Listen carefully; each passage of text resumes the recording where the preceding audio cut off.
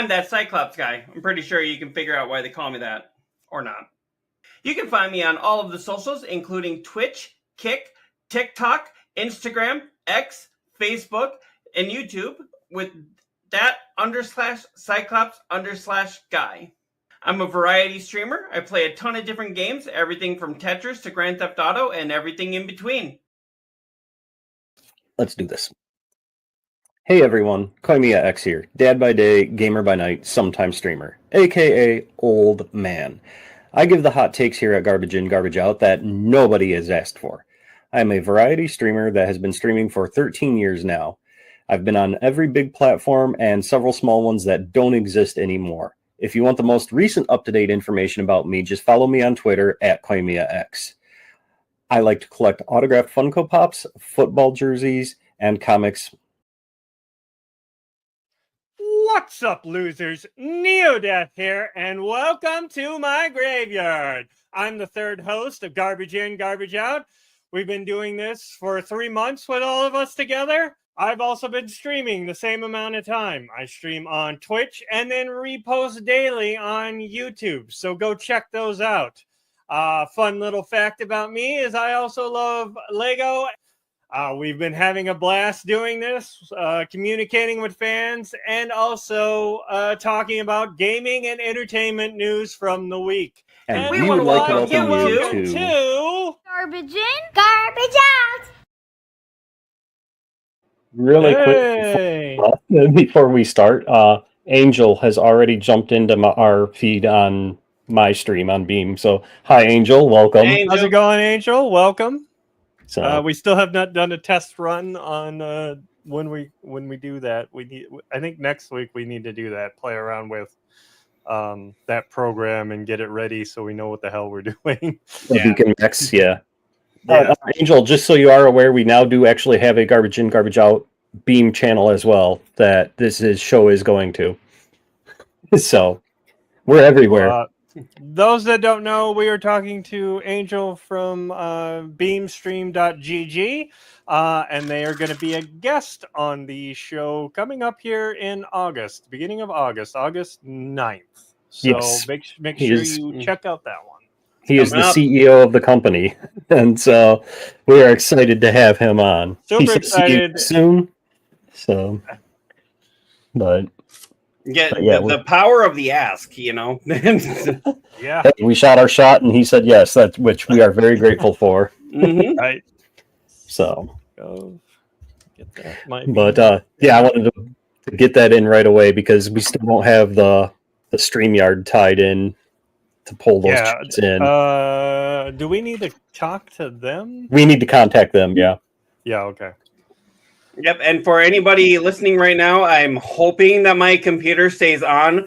Apparently, we have some pop-up severe thunderstorms that just decided to roll through a little before we went live. So hopefully, and the other co-hosts have actually been hearing the thunder outside my window because I'm right by the window right here. So hopefully that doesn't, you don't hear a poof, and all of a sudden I'm gone, but... if it does, I've got the lightning behind me. He's got the thunder going on in the background there. Like you could hear it that loud where we were commenting. I was like, wow. Pretty crazy. Yeah. So how you guys doing? Good. We're doing a lot better than some CEOs. Yeah, you could say that. Angel, have you been to any concerts lately? Wow. We really had to go that route. If you have, don't go to Coldplay, right? They're in Madison tonight, so I was like thinking my boss and being like, hey, I know Quick Trip sponsors a lot of shit, but please tell me you're not going to the show tonight. So we'll definitely email him, Angel. I'll get on that. He says no, he's not going to any show or any concerts. Good. I want to a CEO so that we can talk to you. It's been a pretty good week. I actually caught up on some of the newer movies that I've been missing out on. I finally got around to seeing Thunderbolts. And what do you think of that? I enjoyed it. He just started following our Beam channel as well. Awesome. Thank you. Appreciate it. Thank you. But Thunderbolts, I thought it was really good. I enjoyed it. I'm kind of interested to see where they're going to pull off the new Avengers and how, but Right. you know. And then I saw Ballerina, the spin-off of John Wick. Oh, that's right. Yeah. Yeah, that was fantastic. Oh, there you go. go. Number one right off the bat. I don't have it up and ready either. Yep. And this week I'm actually really excited. Not today, but tomorrow I'm actually going to go see the new Superman movie. Okay. I've heard good to mixed things. So I'm like, nobody has said anything bad. It's just been like it's decent or it's great. So I'm excited for that one. All right. Oh, and fun fact, I guess after Crypto, the dog that's in the new Superman, after that movie, I guess dog adoption inquiries have actually shot up over 500%. So I saw that. Yeah, I saw that. So that's cool. There we go. Fantastic. It's been said one time. I forgot to reset it from last time, so it was saying 4 times. I'm like, nope. That was from not that far into the show. That was from when we were on the Looker show. Yep. And DNL. Yeah. Oh God. Oh, I was going to ask you. Show, I just felt like total crap. I was going to ask you, Neo, did you ever figure out all the tech issues that we were having there? That's why I wanted to get on early and have them explain it to me so I could have it so it was going out to, everybody. So it wasn't just me. And then, it didn't happen. And so I was screwing around with it that whole time in the beginning. So I missed like the whole first section pretty much. Yeah. Did you end up going to bed on time? I mean, I went to bed right after that, but I got up, my normal time. It's just a shitty day. Because I remember we got off at I want to say it was 11 our time, which would have been or was it 10 o'clock our time? 10 o'clock your time. It was 11 my time. And you have to get up at 4. Yes. So I took a nap when I got to work, right before I worked, and I took a nap on lunch. Yeah, because I may have fallen asleep a couple times, while I was working. Luckily, you've got enough tenure there. They would say, "Hey, wake up," instead of "Hey, get out, you're fired." So if anybody's Jeeps fail, it look for the inspected by Brian sticker. I mean, I'm doing the body, so if I'm putting all the body together, so if that's wrong, but we get stops a lot back there, so I'll just shut my eyes for a minute, and then the machines will start up again, and then away we go. So, nice. Well, I mean, at least you were able to get a little caught up on sleep, but yeah. That's why I took Tuesday off. I didn't stream at all. I just edited some videos, got those done, and I went to bed kind of early. Just to, Oh, I mean, I was streaming the other day, but had some issues myself with. Yes, and I didn't realize your Friday one was going to be the one where you had your special guest and everything, or I would have. Oh no, it's fine. I mean, it was just a spur of the moment thing, but right. I wanted to watch it and see how it goes. But if you had all those problems, then well, I mean, it was going fine for the first hour, and then the computer just shut off on its own. And you said because you put up a second camera on there and it was maybe pulling too much from the CPU. That's my guess, because the only things that I did, your subconscious, my subconscious dream came up with, yes, because I literally the only 2 things that I did different that day before I streamed was I updated OBS and I had a second camera running so that my son could be on camera as well as when I was on. That's the only things. And then I went on the OBS Reddit and I posted some questions and stuff. And one person's like, "Oh, if you run the reliability or reliable blah blah blah under your taskbar on control panel, it should tell you what your issues were." So I ran that report, and the report literally said 2 things: OBS stopped working, Windows closed unexpectedly. I could have fucking told you that. But I don't know. I don't know if it was the OBS update or if it was because I was running a second camera and using, an app to do the background removal and all of that, and just the extra. Were you doing the background removal on both cameras? Yes, but it's two different apps. I'm using Right. NVIDIA Broadcast with the camera that I'm using now, and then the second camera I was using some rinky-dink app that I downloaded, and Okay. but Still, like that's a lot of processing power. that's exactly what I'm thinking, and so maybe it overheated and just shut down. I think it overheated your GPU. Yep. And then it's like, oh, gotta restart. Which is crazy because I mean it's not a bad GPU. I'm running an RTX 3070, and so it's not a bad GPU. But apparently that second camera just decided to shit. Like I said, you can't like specifically pinpoint it down until you try it again, right, and see if it does it again. I'm gonna have to do Or, two like, streams. I'm gonna do one with just one camera and then one with Right. two cameras, and scientifically, pinpoint what it was. And you said you might stream tonight to give it a try. yeah, I might. Cool. Yeah, because it's like the first part of the stream with my son, it was a little over an hour, and it shut down. And then after, I rebooted my computer and got everything back up and running and everything, we started the stream back up because when it shut down, my PlayStation was still on. So we just literally stopped playing the game and left it right where we were at. So that when I brought everything, so then when I brought everything back up, we picked up, we went going again and went for about another 45 minutes and then just turned off again.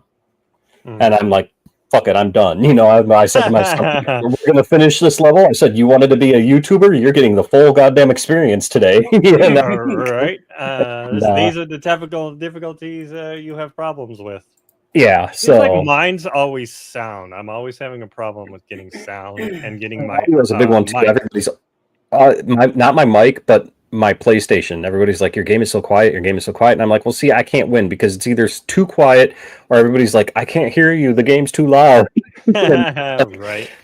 I have no in between. Right. I have noticed, from doing the PS5 is like. Different games obviously have different sounds. So like when I play Chronicles of the Wolf, I have to bring that way down because that game is just cranking on the music, and it doesn't have any in-game options to play with them. So I have to do it in my OBS, bring it down, and then I have to remember, when I go to a new game that I changed my OBS settings for that sound. Yeah, which actually could be why yesterday when I was trying to play Shadow Labyrinth, the sound was down. I might not have put it back up. That could be why. So, Cyclops, do you have any funny things that happened to you this week? Not really. Just stressful week. You had all wins. Yay! Oh, Somebody has to get them.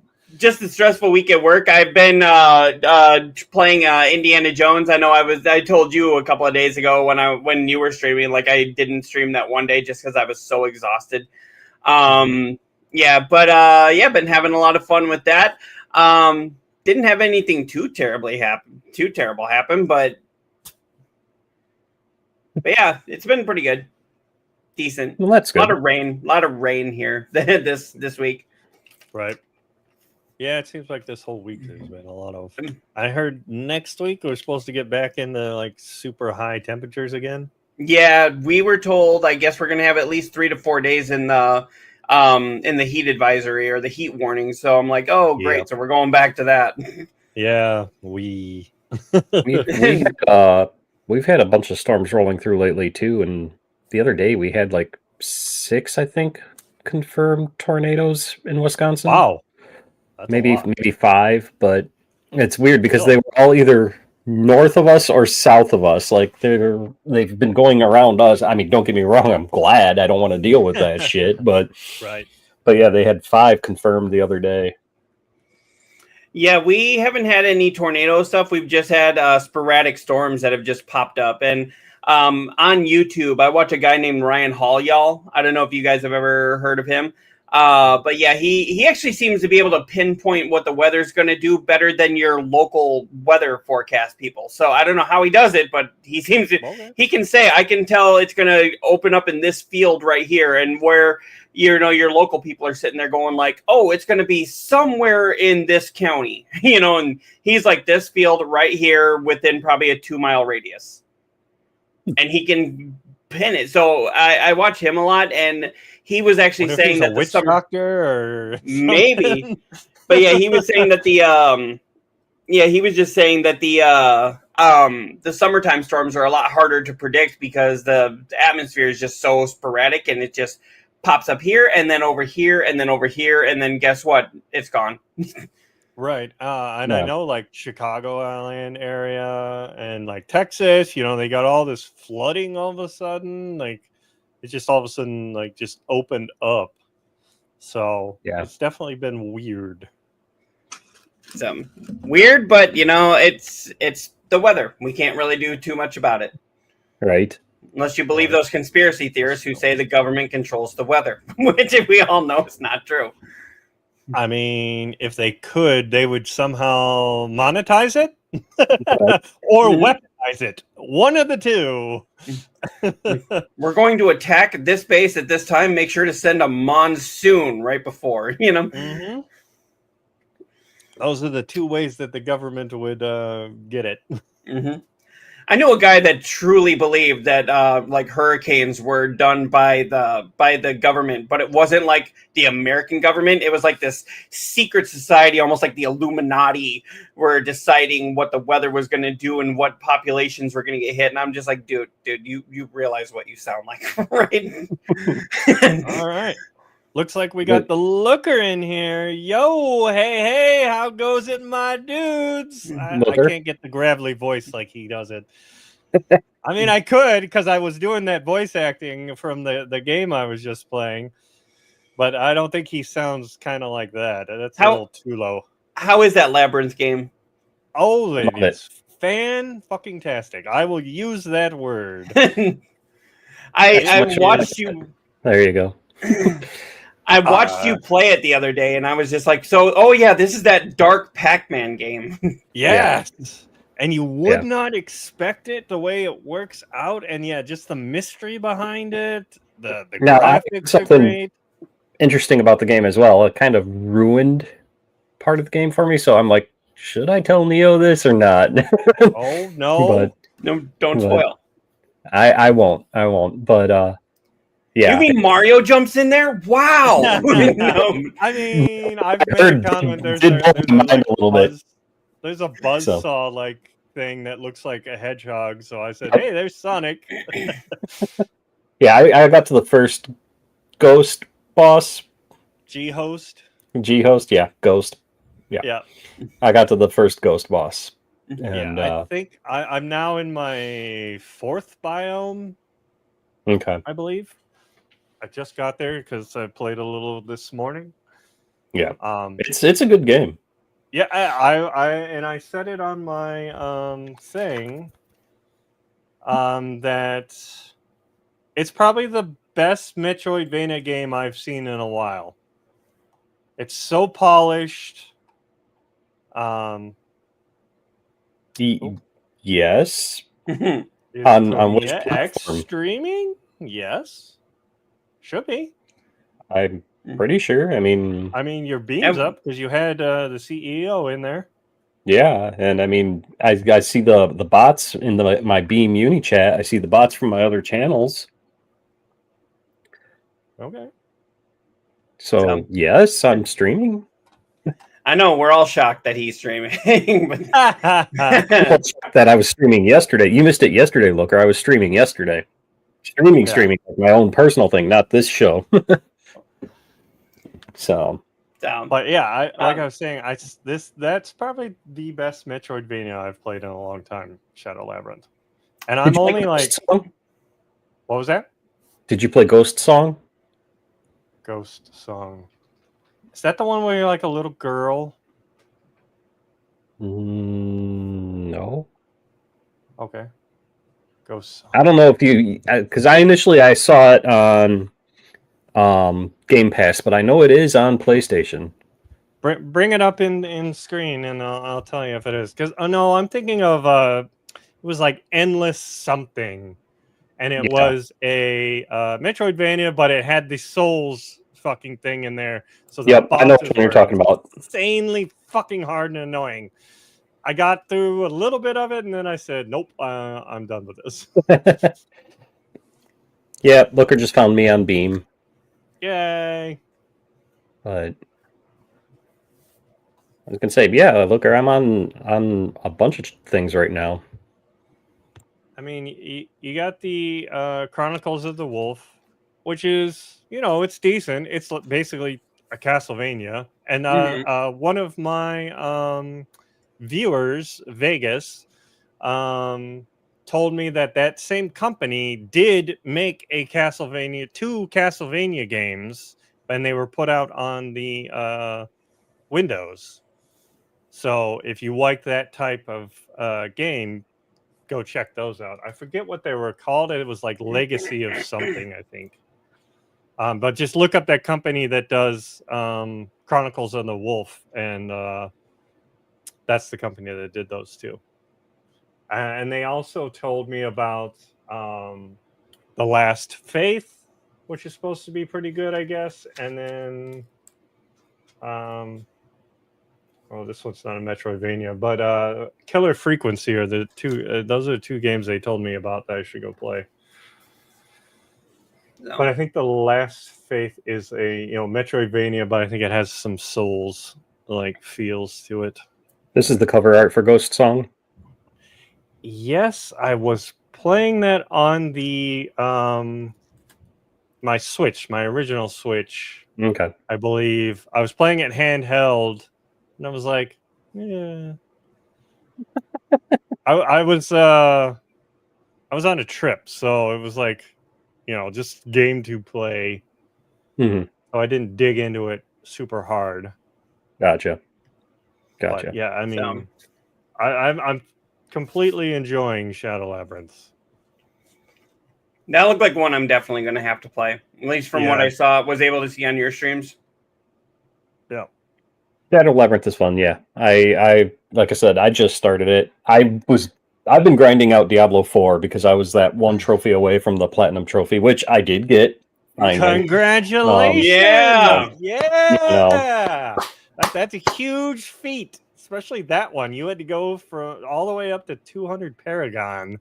Yeah, I had to basically roll a brand new character on the seasonal server and grind it to 200 Paragon. So first you have to get your normal 60. Was it repetitive as fuck? Or Jesus, my best friend suggested, he's like, just go run the pit. He's like, run the pit tier level 30s. He goes, turn off your mind. If you got Spotify, put that on, an audiobook, whatever. So, with the PS5 having the Spotify app, I just opened up my Spotify, had a bunch of playlists loaded up, and I just ground that bitch out. But that trick did work? Yeah, I mean, it took a long time, don't get me wrong, but because, like I said, you have to first go from level 0 to 60, and then once you hit 60, you go from 1 to 200 on the Paragon. But yeah, it did work. But you didn't get any groups? It was all solo? It was all solo. Okay. What is your time frame you think it took you to go from 1 to a 200? A couple of days, but I mean, I played every night for 3 or 4 hours. I would constantly see you on. I'm like, oh, there he's played it. Yeah. So, no. So now that you've gotten that, is it like, okay, we can wipe our hands of that one, and I'm not playing that game again? So I was all set to do that, and then my oldest one goes, "What about the DLC trophies?" I'm like, "You son of a bitch!" It's like one of them is get to Paragon 300. So I'm like, God damn it. Because I was gonna be like, all right, I'm done. Delete this game off my fucking hard drive. I don't want to see it for a while. And then he's like, yeah, but Dad, what about the DLC? And I'm like, that's what you say. Go to your room. Get out of here. What about the DLC? So I don't know. you'll probably see me on it I don't again. feel DLC counts because it doesn't give you like another plat. Yeah, you don't 100% the. It doesn't 100% the whole game though, right? If you have the DLC on there. No, it doesn't. Yeah, you It's have to like, have the whole thing, and then it says yeah. 100% of Yeah, everything. exactly. Yeah, I'm I'm Yeah, sitting at like okay. 88% now because of that. Yeah, So I mean, I could live with that. After doing that huge grind, I don't know. I mean, or like, I guess now would be the time because you can get to 300 now, right? oh yeah, on any of So my now would characters, be I the have time, 200. so you don't have to re-grind a character. Yeah, no, I've got two that are at like 209, and then my one that's at 200. So, And this is the but second time you had to get this trophy, right? The Yeah. first one didn't pop for whatever it didn't reason. pop for me. Yeah, so it's like I literally had. So it was funny because I had one character at 209, and then I had a second character on that same. It was on the Eternal server, not the seasonal server, and I had a second character that was at level 52. And then once you hit 52, you get the Paragon points, kind of like they did in 3, where any Paragon points you already had unlocked automatically go to your new character. Mhm. And so I was like, I wonder if I get this character to 60, if it'll just automatically pop, because he was at 52. So I quickly ground out those 8 levels, and no, it didn't pop. So then I went back to my other character that I was working on, and the second that I hit 200, bing, got that trophy, and then bing, got the platinum trophy. So Nice, congratulations. What Yeah, do we got I in was- here? We got Mr. Potcher. Welcome to hello. the show. That is Howdy, a new howdy. follower I got a couple days ago. I raided into them and was watching some Magic with them. Okay. Play. So thank you for joining us. Appreciate it.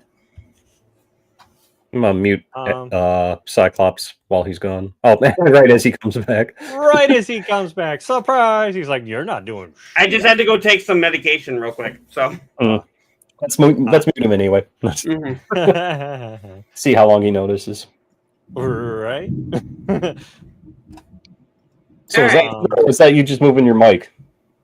no, that's actually the thunder happening right outside here. Okay. Yeah. Wow. Yeah, I just heard that one. You want me to keep my hands here? You can actually see it's not me. So, Um, I do want to, since we're already talking about new games, I was going to bring up also the new Donkey Kong came out, Donkey Kong Bonanza, and I do have it. I did play it day one. I got through the first level, I guess you would call it. They call them layers, but it's in. I get it. Like there's like layers, and then there's like sub layers in that. So there's 3 layers in that layer. So you go through 3 different ones, and each one has its own like objectives and bananas and all that. But oh my god, is that game satisfying? Destroying everything you want. Like the first tutorial, the first island you get to, I spent 2 hours there just destroying shit just because I could, and looking for things, and whatever the case may be, getting used to the controls, and it was just so satisfying. Like, Nintendo knows how to make a game, right? So they redeemed themselves by dropping the ball and not having as a first party thing, and then then you play the game, you're like, oh, all is forgiven, Nintendo. I'll see you in a couple hours or couple days while I knock this one out. Yeah, and I saw you posted something about somebody left a review saying like it was too violent for kids or something like that. And I was like, wait, what? It's a Donkey Kong. It said something about when you start the game. The sexuality or something? Yeah. I saw that. It cracked me up. It's got to be like the first like animatic, I'm guessing, because I got back on the Switch and I looked and I'm like, I didn't see that, so it's got to be that first part. I mean, when you finally get this, Kong Bonanza is what they call it.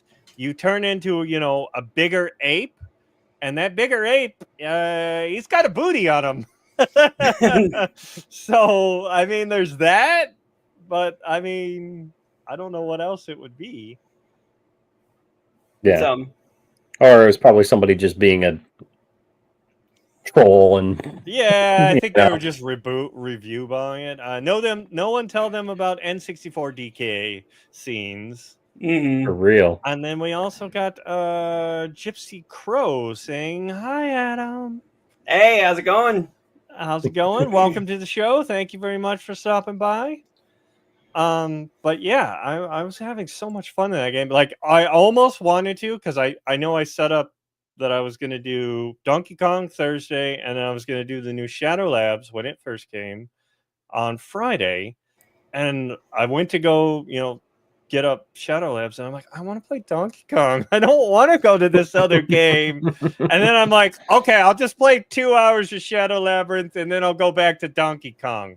And you see what happened there. I played for 6 hours of Shadow Labs. I'm like, oh, well, this game's super fun. So now my head's at war. It's like, oh, what game do we want to play? So, like, You want to have super fun, or do you want to have super fun? right.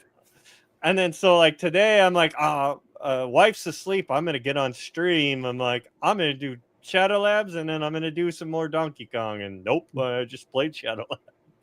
Yeah, I don't think I even saw you play Donkey Kong on stream. No, I saw you when I did it on Thursday. Yeah. Okay. when I was working, went for 7 hours of playing it.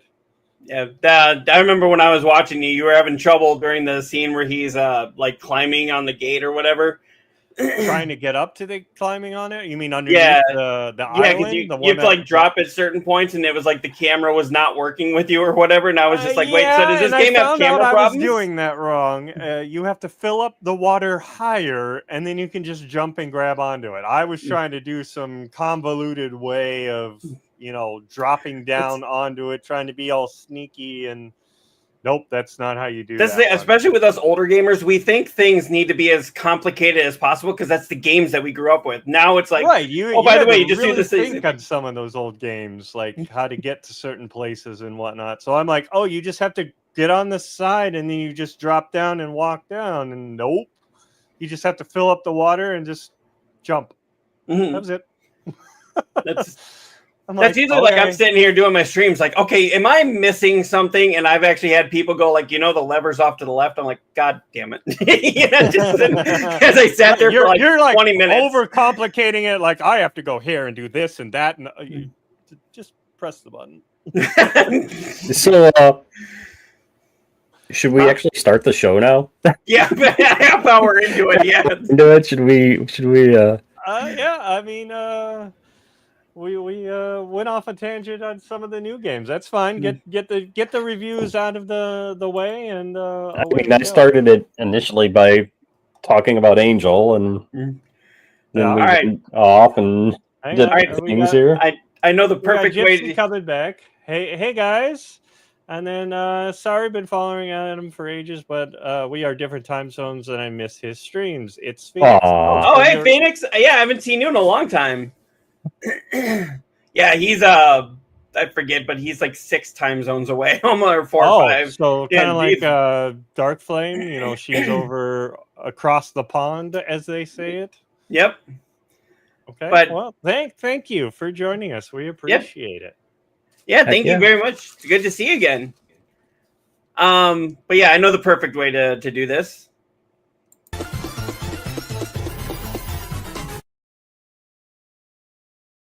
Not sure why I didn't play the whole thing, but we'll just go with it. But yeah, my screen's showing, right? Yeah. Not yet. So we are going to do the deaths like we usually do. A somber time to pay respects to some of our fallen entertainers.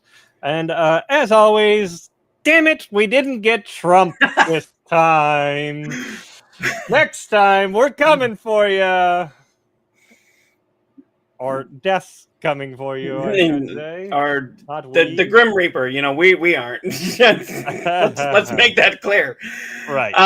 But technically, I am the Grim Reaper. Well, that's not what I wanted. Shenanigans comes in and says, dang it. Yeah. Hey, Shenanigans. I think I've talked to Shenanigans a few times on your streams. Yeah. She's been in my stream. And then nice to meet you, Koimiya. And I'm guessing that's Ann Neo, not Mad Neo, but we're all a little mad here, aren't we? Mm-hmm. At me? So, Yeah. all righty. Oh, really? We can bring it on screen now. Hey, I actually showed up to this thing on time today. So, Yeah, you were actually early, really early. that's I was popping in, and I'm like, I'll just sit here. And I saw you in here. I was like, the fuck? the ADHD thing is either we are late for our appointments or we are incredibly early. There is no in between. It's all or nothing. So, I was actually the comes last in with one. the emoji. but yeah, this is Spinal Tap. Actor David Kaff passed away at the age of 89, died peacefully in his sleep. If you don't remember, This is Spinal Tap was a movie about 41 years ago, so back in the 80s, that pretty much revolutionized a lot of like music movies, movies that are about music bands. I don't think that was on a real band, but No, it was a mockumentary. Yeah. They called it. yeah, so kind of, but they really pushed the envelope with what they were doing with that kind of movie back at the time. I mean, you think about it now, you have like all kinds of found footage, but I think movies like this were what really kind of paved the way for that kind of thing. For sure. Great movie. I mean, solid casting all around. I mean, you had Hank Azaria and Michael McKean, I think his name is, if I'm saying it right, and so. Yep. And this actor, his character had some of the more memorable, some memorable lines in the movie, such as "quite exciting, this computer magic" and "have a good time all the time." Mm-hmm. I've heard those. Ours goes to 11. That's the most famous. I think I know that, or where they're trying to find the stage, and they're like, "Hello, Cleveland," or whatever, and they can't find the stage. Yeah. I gotta go back and watch that movie again. Yep, and as it says here, it was a fictional band. Kaff and the others played some live shows through the first year of the movie's release. Basically, they were acting as the fictional band, kind of like how the Wonders went around and they did That Thing You Do, even though the Wonders weren't a real band. Even performing on Saturday Night Live, but then Kaff and the band by year's end never looked back, cutting all ties. Unfortunately, Kaff was 79 years old. Weren't they going to do a sequel, or aren't they doing a sequel to it?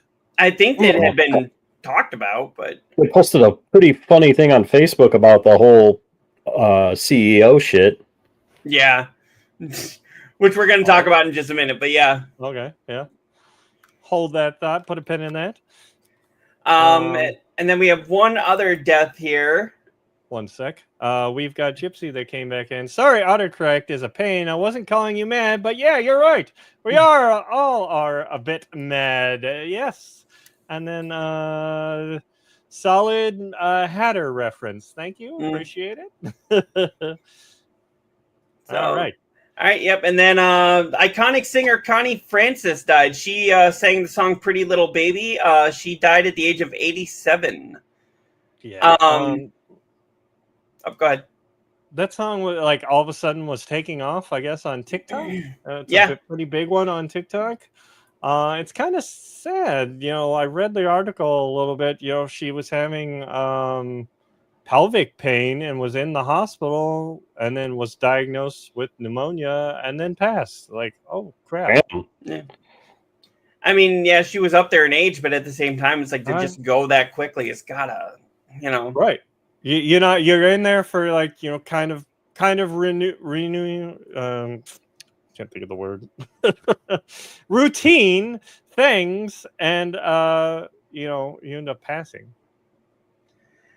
Yeah, she was 87. She was a musician with hits that included Stupid Cupid and Who's Sorry Now, but recently enjoyed, resurgence of her 1962 song Pretty Little Baby with the which went viral on TikTok. Yep. Scroll up a little bit. Wasn't she also one of the biggest female singers? Scroll up a little more. At one time, the world's biggest selling female artist. Yes. I think Beyonce has taken that on now, but yeah, she was for a long time.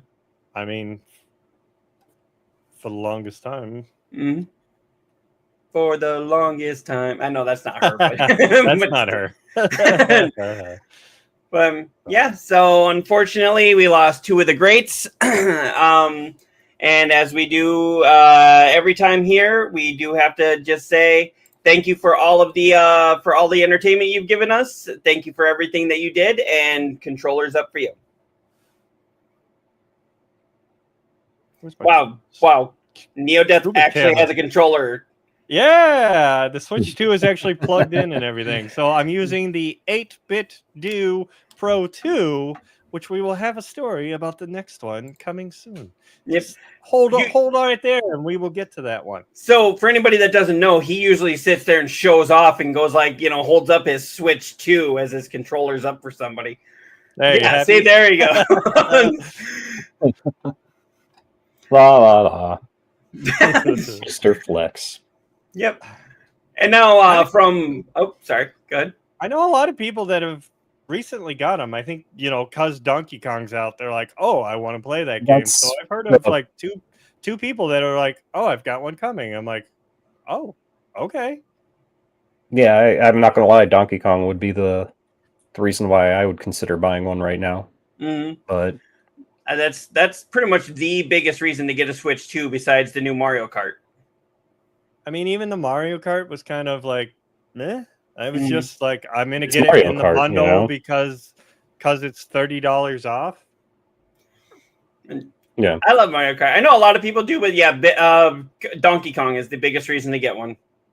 No disrespect to the other games, but Donkey Kong. I mean, that is the first party title that should have released it. I said it when I was streaming. Like, that should have been your release title. That should have been your bundle. And you would have been sold out across the fucking board. You would not be able to find one right now. They put, that should have been a bundle game. If they could have done a bundle with Mario Kart and Donkey Kong, boom. Yeah, but that would be an expensive bundle, though. Right, it'd be expensive. I mean, you could even theme it. You could have had it, you get a yellow Switch or something. They've done that before, with the Mario ones. But I mean, it's their loss, I guess. Yeah. Maybe now the sales will peak. Don't worry, I'm sure a themed Switch will be in the future. Right. They always like to wait when they do those theme switches. Like, they don't like to do them when they first come out. Like, it'll be, a couple years down the line. I guess sales are starting to slump. They're like, let's release a new Mario and give it a themed switch so it's all red. Oh, yeah. Will go nuts because it's a special edition.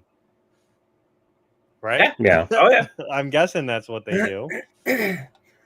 Yeah, and then from one death to another kind of death, kind of what we hinted at earlier today. Oh, wait, this is not. There we go. We do have a couple more comments while you're doing that. We have come a long way, Adam. Real respect for that, my brother. Yep, we really have. And then Shenanigans gotta get people to buy too. Yeah, and then also for the special editions. I can't pull it up because Beam obviously does not work with StreamYard, but the Garbage In, Garbage Out channel did just get a follow from J. Philip Skinner. So nice. They also followed me also. So thank you. Yep, thank you. Nice. So, and then, yep, like I was saying, from one death to another, we have the death of a CEO, but not quite a real death, but just more the death of some careers and some marriages here. I'm sorry. Yeah, canoodling Coldplay couple. They alleged office lovers. They've both been put on leave as their formal probe kicks off. So, I think there was what I found interesting is I saw floating around a comment from the CEO about the whole situation, but then I read another article where the company put out that says he has not commented on the situation, and anything you read otherwise is false. Oh. So yeah. I'm like, okay, so did somebody just go into ChatGPT and say, hey, here's the comment from this guy, So, right. Wouldn't surprise me. I said, getting back to the bringing up Spinal Tap and the tie-in on this really quick, on their Facebook page, yesterday they wrote, to the spouses who found out they were being cheated on via the Coldplay Jumbotron, sorry to hear that. Come see Spinal Tap. We promise no Jumbotrons, just ear damage and emotional closure. Very nice.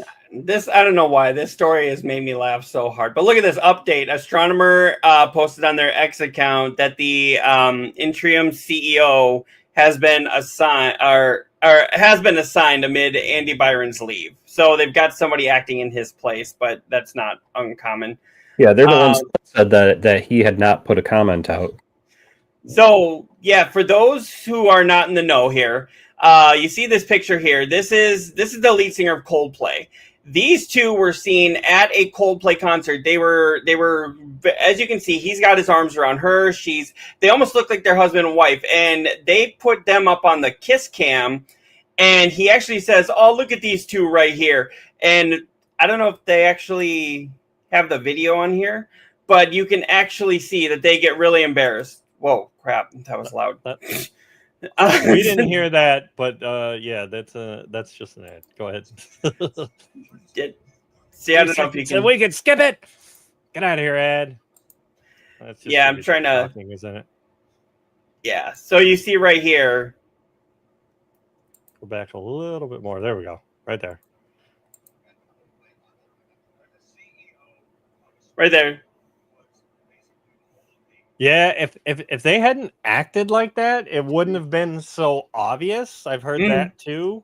Like if they had just waved or whatever, because you're on camera, so Right. I mean, but they both get that look on their face. She turns around like she's trying to hide her face like a child would. Like, no, you can't see me, And he ducks, and it's like, okay, if they hadn't acted like that, well, and then Chris Martin, the lead singer of Coldplay, actually said they're either having an affair or just very shy. And it's like, if you hadn't acted like that, everyone would have just moved on. Right. But yeah, so now, and it turns out that, so he's the CEO of Astronomer, which is a big tech company, and she's the head of HR. Right. So she should know the ins and outs of the do's and don'ts of the office relationship. The don'ts, yeah. Don't do's and CEO. don't. And then, I don't know if they show it here. Hey, look, this woman here who's got her hand, it turns out, I guess she actually went with the three of them, or with the two of them, and knew what was going on. So now she's embarrassed too. Oh, I didn't know what that person was doing. Yep. She actually went there, and that's why you can see she's actually like talking to her right there and telling her like not to say anything or whatever she's doing there. And he ducks, and it's like, okay, the three of them are in on this. So I'm like, okay, was the whole office in on this? And I feel bad for the spouse. I guess the HR woman is recently divorced, but the guy was still married, or is still married, but probably not for much longer. I mean, probably not for much longer. She already filed for divorce and even has deleted all her socials, from what I've read. I mean, yeah, because she's going to take, become a fire or whatever. Mm-hmm. Shenanigans comes back here and says she actually recently got promoted. Yeah, it was like the last December, and they put out a thing like where he basically gushed over her new role, saying like how great of an employee she was. And I'm like, I think I know how she got that role now. Right? Kind of convenient, right? If it was like December, she got promoted to head of HR. But I would say controller's up. No, controller's up for the wife that is being screwed over, who found out her husband was cheating when the rest of the world did. That's got to be the worst, though. The worst part about it. Yeah, if they had just played it off and not reacted how they did, they would have been another boring white couple, right? It would have been nothing. I also saw some AI generated stuff where it showed that picture and then it took him and he then throws her and then walks off some bleachers. I mean, the memes for this have been hilarious. That's why we kind of brought it up. It's in the zeitgeist now. It's like the Hawk 2 girl. I don't think these guys talking about it. Everybody's memeing about it, and then the memes have been giving me life. Like we've got some that we're going to show here that I think are the funnier ones, or that we like. I did see one AI one that I sent you guys this morning, where the guy was like, how dare you catch me cheating without my consent? I'm suing. Right. I'd have to say my favorite AI one that I saw was with Gordon Ramsay.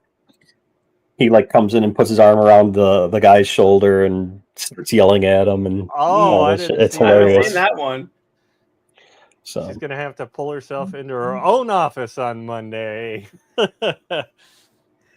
I'll be surprised if they have careers at the end of this. I just saw an article. The CEO already resigned. He officially did announce accept the resignment. I mean, you pretty much have to. I mean. Even though, was he going to say it wasn't me? Right. I mean, it worked for Shaggy. It wasn't me, but I caught her on the counter. It's never happened since. So, when I first heard that song, I didn't realize it was a guy singing. It's like I knew the Shaggy part, but the other guy that sings that with him, I was like, I thought that was a girl to begin with. So did I. But, we all did. So, no random order here. We've got some of the memes that I think are funny. I mean, I'm always going to go with Lego, right? My first affair. I love how this singer is just right off to the right there going like, oh my God. I mean, these guys made Coldplay cool again. How does that happen, I mean, that's another one of my memes is seriously though. Yeah, it's funny because it's a CEO, but what about when it's you? What happens when all your friends and family find out you like Coldplay? I thought that was hilarious. I'm a big Disney person, so you got Donald and Minnie. Yep. Oh man. I know Cyclops, you like this one? Yeah, this is a Want reference. to know how I know you're gay? You have affairs while singing Coldplay, which brings back Knocked Up, the old Knocked Up thing. We had to look it up. I honestly thought this was from the 40-Year-Old Virgin because the two of them are in so many movies together, Right. And I was like, I swear that was 40-Year-Old Virgin, but no, that was from Knocked Up, and this was actually a deleted scene, an extended scene that just went on and on and on, and it on the internet it took some over. Some of them in there, they put them in there, and it was just really funny. Koimiya, I know you like this one. Every summer, fate chooses a CEO for the sacrifice. That's the ritual. We don't make the rules. We just have to watch them be followed by the universe. The breaks. And then the last one here: chances of your marriage and career is being destroyed at a Coldplay chance are extremely low, but never zero. There is one more. All right.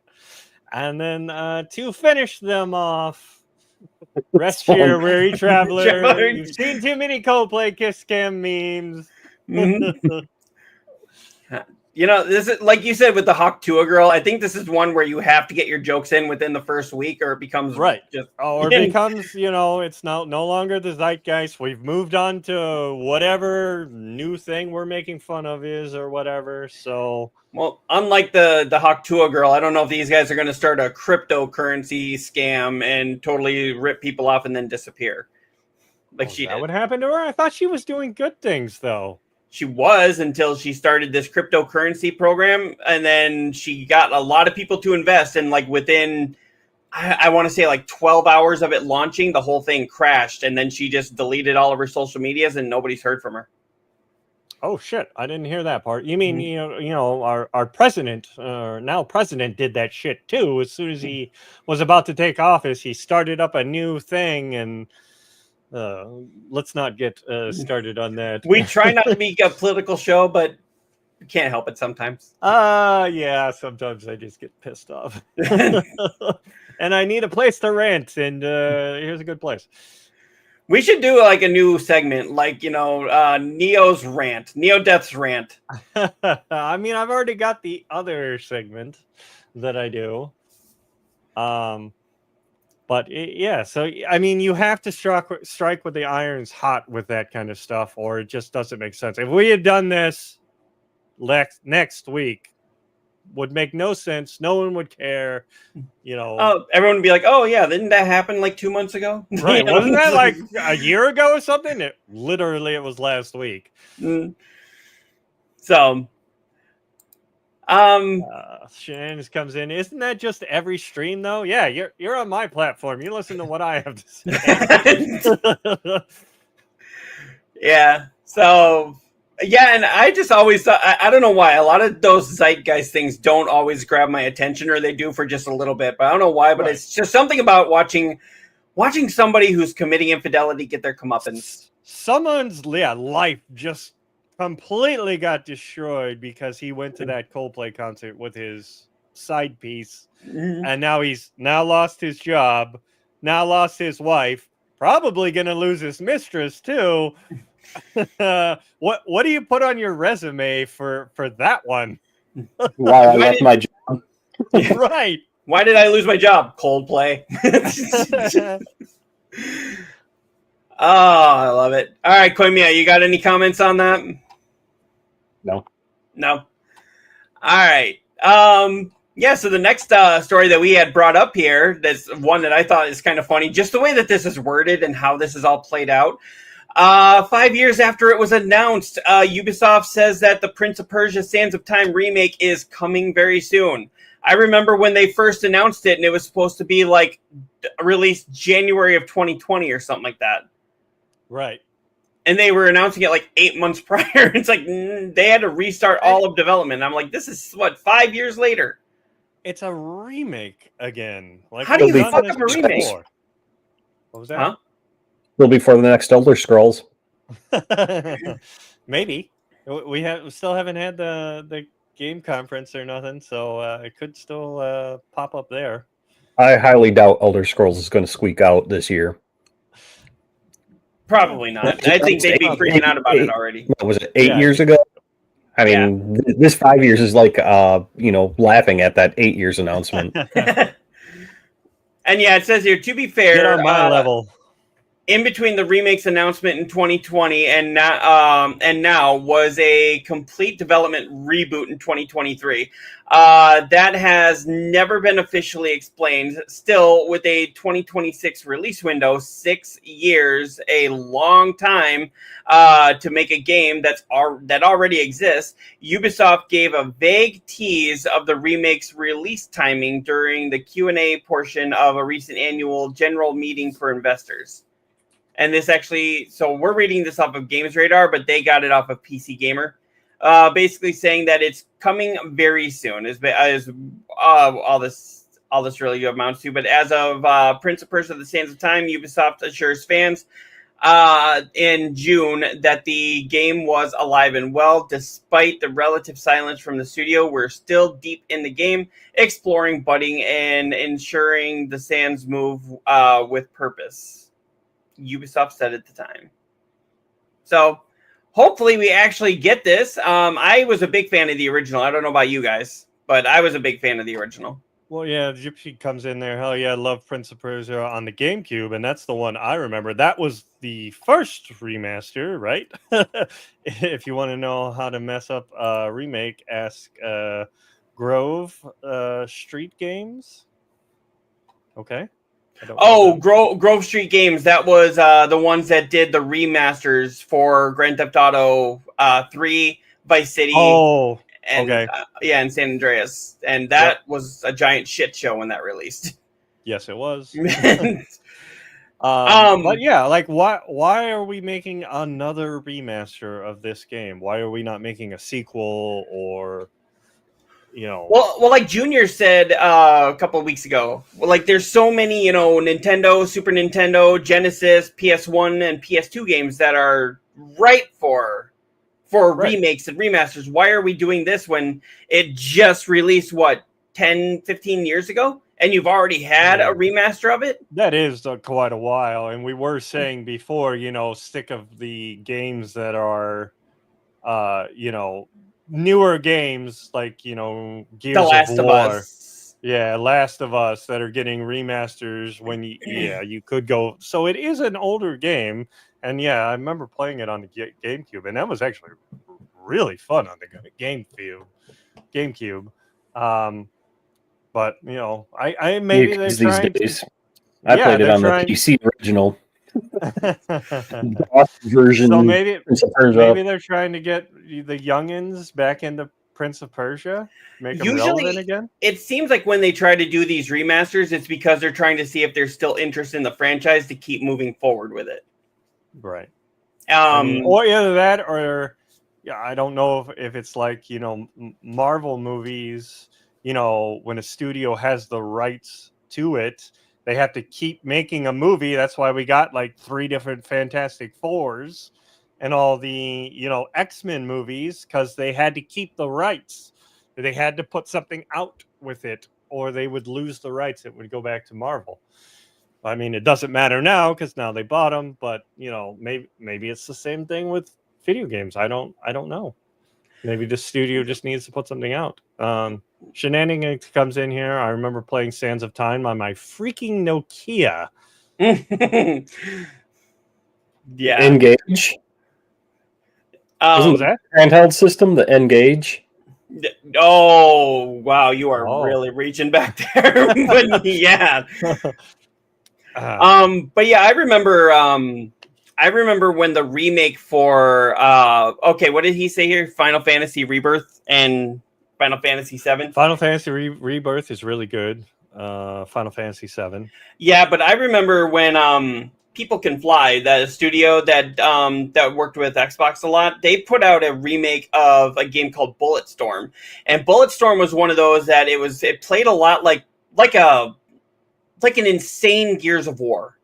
Mm-hmm. Like not just super action, but it was like super comedy. The way that you got extra points for how brutal you could make the kill, but the kills were so outrageous and out there that they were just hilarious. Then they did a remake of that.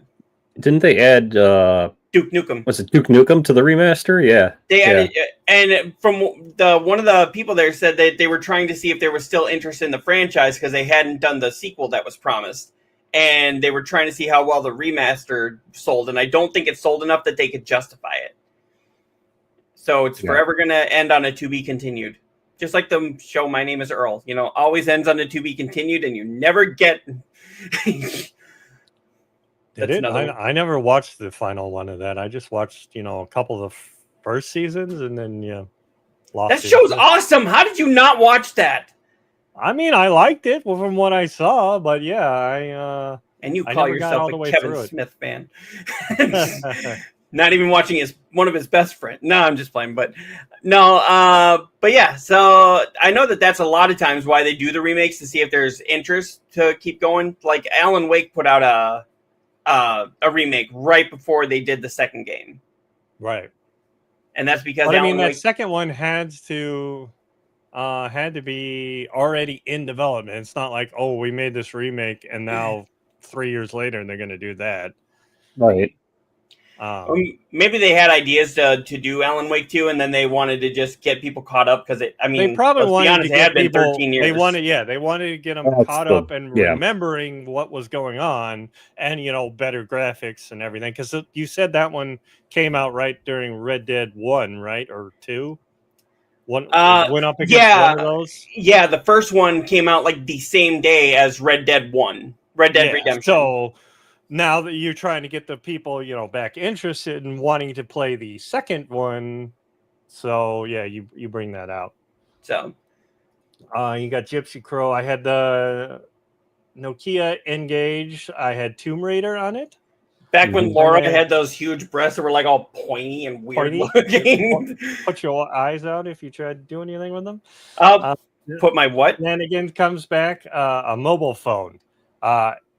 Just did it in Java, like early 2000s. Mm-hmm. So that had to have been around before the remake for the GameCube, right? Well, I mean, the N-Gage was also a phone, if I remember Was correctly. I just remember because it was a weird-ass fucking taco-shaped I don't even remember thing. that one. You don't? Oh, here, I'll pull it up. Okay. Let me Yep. pull it up. And Neo, because you mentioned put your eye out, I got to do it. That was a wink, but you don't know it because it's just an eye. you put one on here. Alrighty, I didn't notice that. I had to do that one. There's no way I could avoid it. When you was set me up for it, you know. Freaking- Yeah, that was great. I was actually trying to get it where he just says, that was a wink, but you didn't know it. But for some reason, I couldn't get it to take that blinky part out. But I'll work on that a little bit. Send me the video and I will edit it. All right. But yeah, Koimiya, while you're looking that up, we can do this one. This was a story that Sure, I got it. Oh, He's got okay.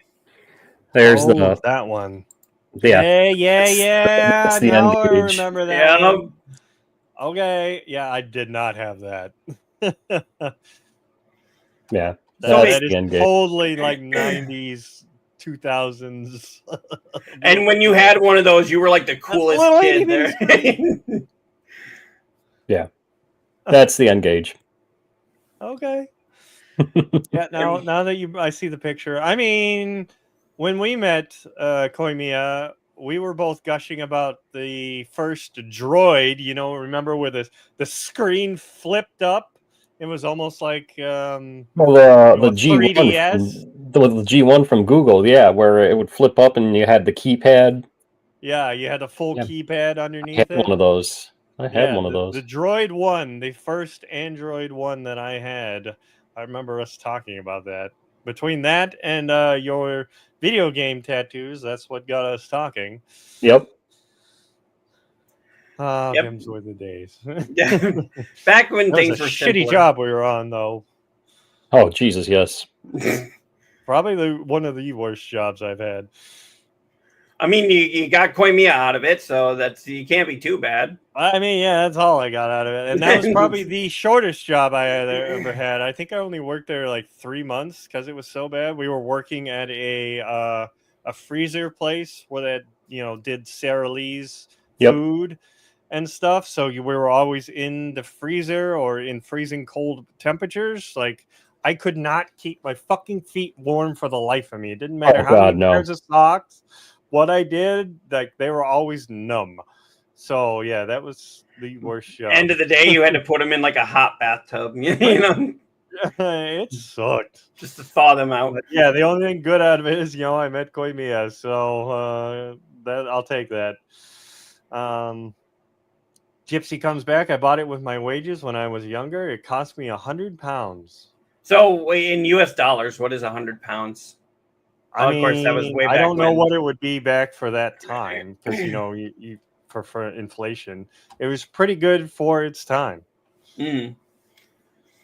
So okay, yep, and then we can also get cheap views. I don't know if you saw I'm not bringing that on stream. Screw them, stupid bots. I don't know where that's coming from.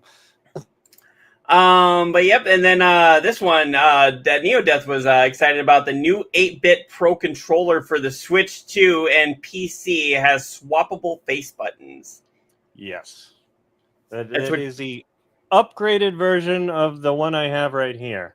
It's got 2 more buttons, like it said, swappable buttons, so you can change out the AB if to keep your head straight when you're going from like Nintendo to Xbox or to PlayStation. Like that screws my head up so hard.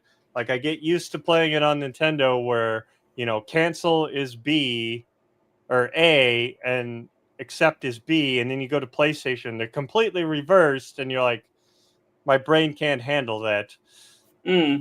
Well, it's just like when you do Xbox, X is over here, and then on PlayStation, X is down here, and I'm just sitting there going like, whoa. Same thing, yeah.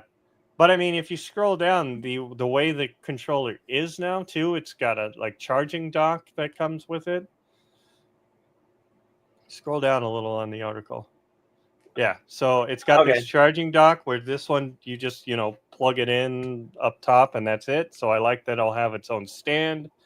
I like the color, so yeah, I pre-ordered that purple one right there, and it's got like 2 extra buttons on it too than this one does. Mm-hmm. It looks great here. And yeah, available. Here's all the specs and features in case you were wondering here. I don't know if you want to read them all, but No.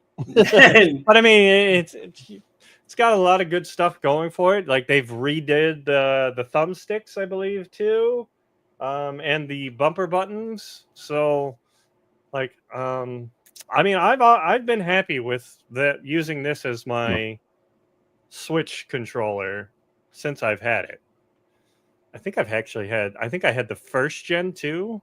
Now I have second, and I have the third coming. So I mean, it's got to be a pretty good third party one. And yeah, it the main thing is like it mirrors it so that I am almost exactly the same as a PlayStation controller. I love the thumbsticks where they are and everything. So that's my main plus on it. And this is I do not directly. know. Oh, sorry. Go ahead. No, I was just trying to figure out where that spam bot came from. Oh, I think it's on my Twitch. I was going to say it's not on any of the Twitches I control. Sorry. It's not on mine either. So, but yeah, there's 3 different colors you can get. You can get the gray like you're gonna have PlayStation color. You get the purple like if it was Nintendo's, GameCube, and then you get the like original Nintendo look. Those are the 3 different colors they got. Yeah, it was coming from mine. I got Neo. I brought a screen up talking about the old G1. That's the picture of the G1 from T-Mobile. It was a T-Mobile exclusive, if I remember correctly. Was it? Yep. Yeah. And for anybody interested, this is a closer version. This is actually directly from Amazon right here. You have this one, and then if you want kind of the standard gray, like a PlayStation. yeah. And look at that. This is.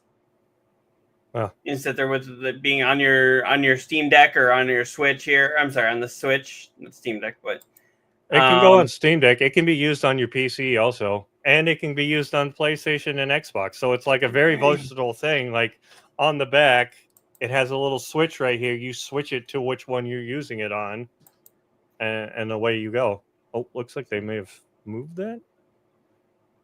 That's interesting. I didn't know that, but yeah, not that we're doing an ad for them, but no, they're not sponsored. They're not sponsored, but I do love this controller, and I'm glad that they're doing a new one. I mean, when the Switch 2 came out, it didn't work right away. I think like 2 days later, they had a firmware update that made it so you could use this with the Switch 2. So this yeah, is those really are great. The 3 different colors, and yeah, check them out if you're in for a decent controller. Out of all the third parties, I think they are the best. That's what I've heard. In my opinion. And then I know they were talking for the longest time for Xbox third party, and I guess they came to PlayStation as well. Scuff controllers, okay, are a really good third party. Okay.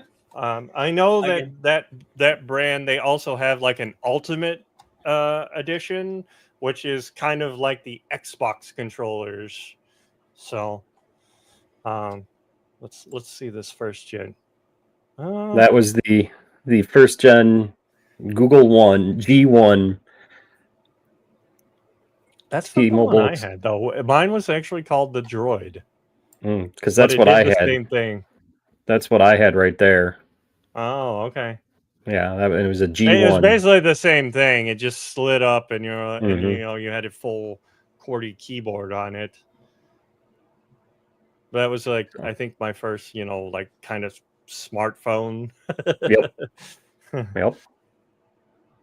Let me catch up on some comments here. What do we got? I looked it up. It was the Nokia 6010, and 6610. probably 2000, 2004, 2005. Okay.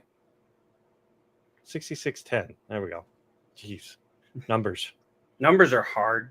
I mean, they are. And then I need a GameCube controller, but it's hard to find a decent one. I've had a USB GameCube connector for PC, brilliant for emulation, but I have rubbish controllers. Well, give the 8-bit do one of theirs a try and see if that works. Yep. And then what comes back? Thumbsticks don't feel right. Need a genuine one. I don't know which ones the thumbsticks don't feel right on. Yep. So keeping going here because we got a few other stories to do here. Microsoft unceremoniously kills off the Xbox Movies and TV store. However, you can no longer rent or buy TV shows, but you won't lose any of your purchases. I mean, was that a thing? Did people actually purchase through them? I remember seeing it a lot, and I remember looking at it, but I don't remember actually ever getting anything from it. It's like most of the stuff that I wanted to watch was on, Paramount Plus, Netflix, Hulu, Amazon, whatever I wanted to look on. So I never even really gave this too much of a second thought. So is this really that big of a loss? Right. I mean, just because I didn't do it doesn't mean others didn't. So I'm not trying to say that. But it brings back to, the PSP and those things where you had the UMDs of the movies, same type of thing. Who's it for? Mm-hmm. And this seems like it was, I remember when they called the Xbox One because they wanted it to be an all-in-one entertainment system where you could stream movies, put movies on, play video games. And I'm wondering if that was like kind of an offshoot of that where they were trying to just make this an all-in-one and then nobody paid attention to this. No one did that. A lot of people were saying that they knew the writing on the wall was on the wall for this thing. It's just a matter of when Xbox actually used to have a music app as well. Yeah. They killed off. And they said, PlayStation View was so cool, but that didn't go very far. No. But they said Xbox had a music app, and they were saying, once that's gone, TV and movies is just a matter of time. Yeah. So especially since there's so many other streaming platforms that were having other things that these guys didn't have, So it was like, why am I even going to pay attention to this? Yep. So I just thought that was interesting. If you are one of the people that is being affected by this, let us know in the comments. Definitely let us know how you feel about it. It's not a big deal to us, it sounds like, but just let us know what you think. Right. Yeah, we also had the studio behind beauties like Oblivion Remastered, Metal Gear Solid Delta is reportedly facing heavy layoffs in the in the games industry's latest demonstration that hits will not spare you. Neodeath, like you were saying before, it just seems like another week, another round of layoffs. I mean, what week have we? Koimiya that was saying that, or maybe it was Koimiya that was saying that. Yeah, I mean, he can't keep us apart. We look so much alike. He's like, you two eyes. I know anybody with two eyes looks the same to me. No, anyway, but yes, the support studio and remaster specialist Virtuous is reportedly next in line for layoffs. Now, why? I don't know why, because Metal Gear Solid was a big hit. Oblivion Remastered was a big hit. You would think that would mean you should probably add more developers there, not cut, but. Well, I think they're done with the Metal Gear. That comes out in August, right? Right. So, you're done with your development. So now you cut down unless you've got another game on the back burner that's ready to, shift all those people, or even. It seems like it's in this industry. That's why they do this a lot. Is they'll get a game out, they trim the fat until they know exactly what game they're coming for next, and then they rehire people or bring on new people, and get into the development again until that game's done, and then cut again, it's a vicious cycle. That's why a lot of them, these studios need to start unionizing so that they can't do this. They have to keep their people on. They can't just cut. And see, that doesn't make sense, though. It's like if you're a game developer, you should know what game you're going to be working on next. I think like when you're in your last legs of development for whatever game that you're working on, that's when you should start saying, okay, let's get the pre-production done for this. Cut the team in half, let them finish up this game, and get the other working on the other game. Right. That's maybe I'm not a business sometimes person. They don't have something lined up for the next one. If they're a company like this where they do remasters or remakes, like you have to wait for somebody to hand you the game, right? Or the license to start running with it. So, I mean, we're not on the inside, so we don't know how that works. I would love to have somebody on that was, a game developer or whatnot to give us the insight of how the cycles work for these things. Yeah. Let's see if we can get some developers on. Does anybody know how to work X to actually get them to speak to us? That would actually be the old man up here. I got Angel to agree to be on our show, so So that's as far as we go with that, right? Yeah. So when Raven Software was doing all their stuff with Activision, I was actually trying to get Raven Software to come on and be on the show, but I could get so many people that were like, "I'll release a statement." Not this show. That was back when this was a radio show. I was getting so many people that were like, "I'll release a statement." I'm like, "Will you come talk to me?" No. It's like, really?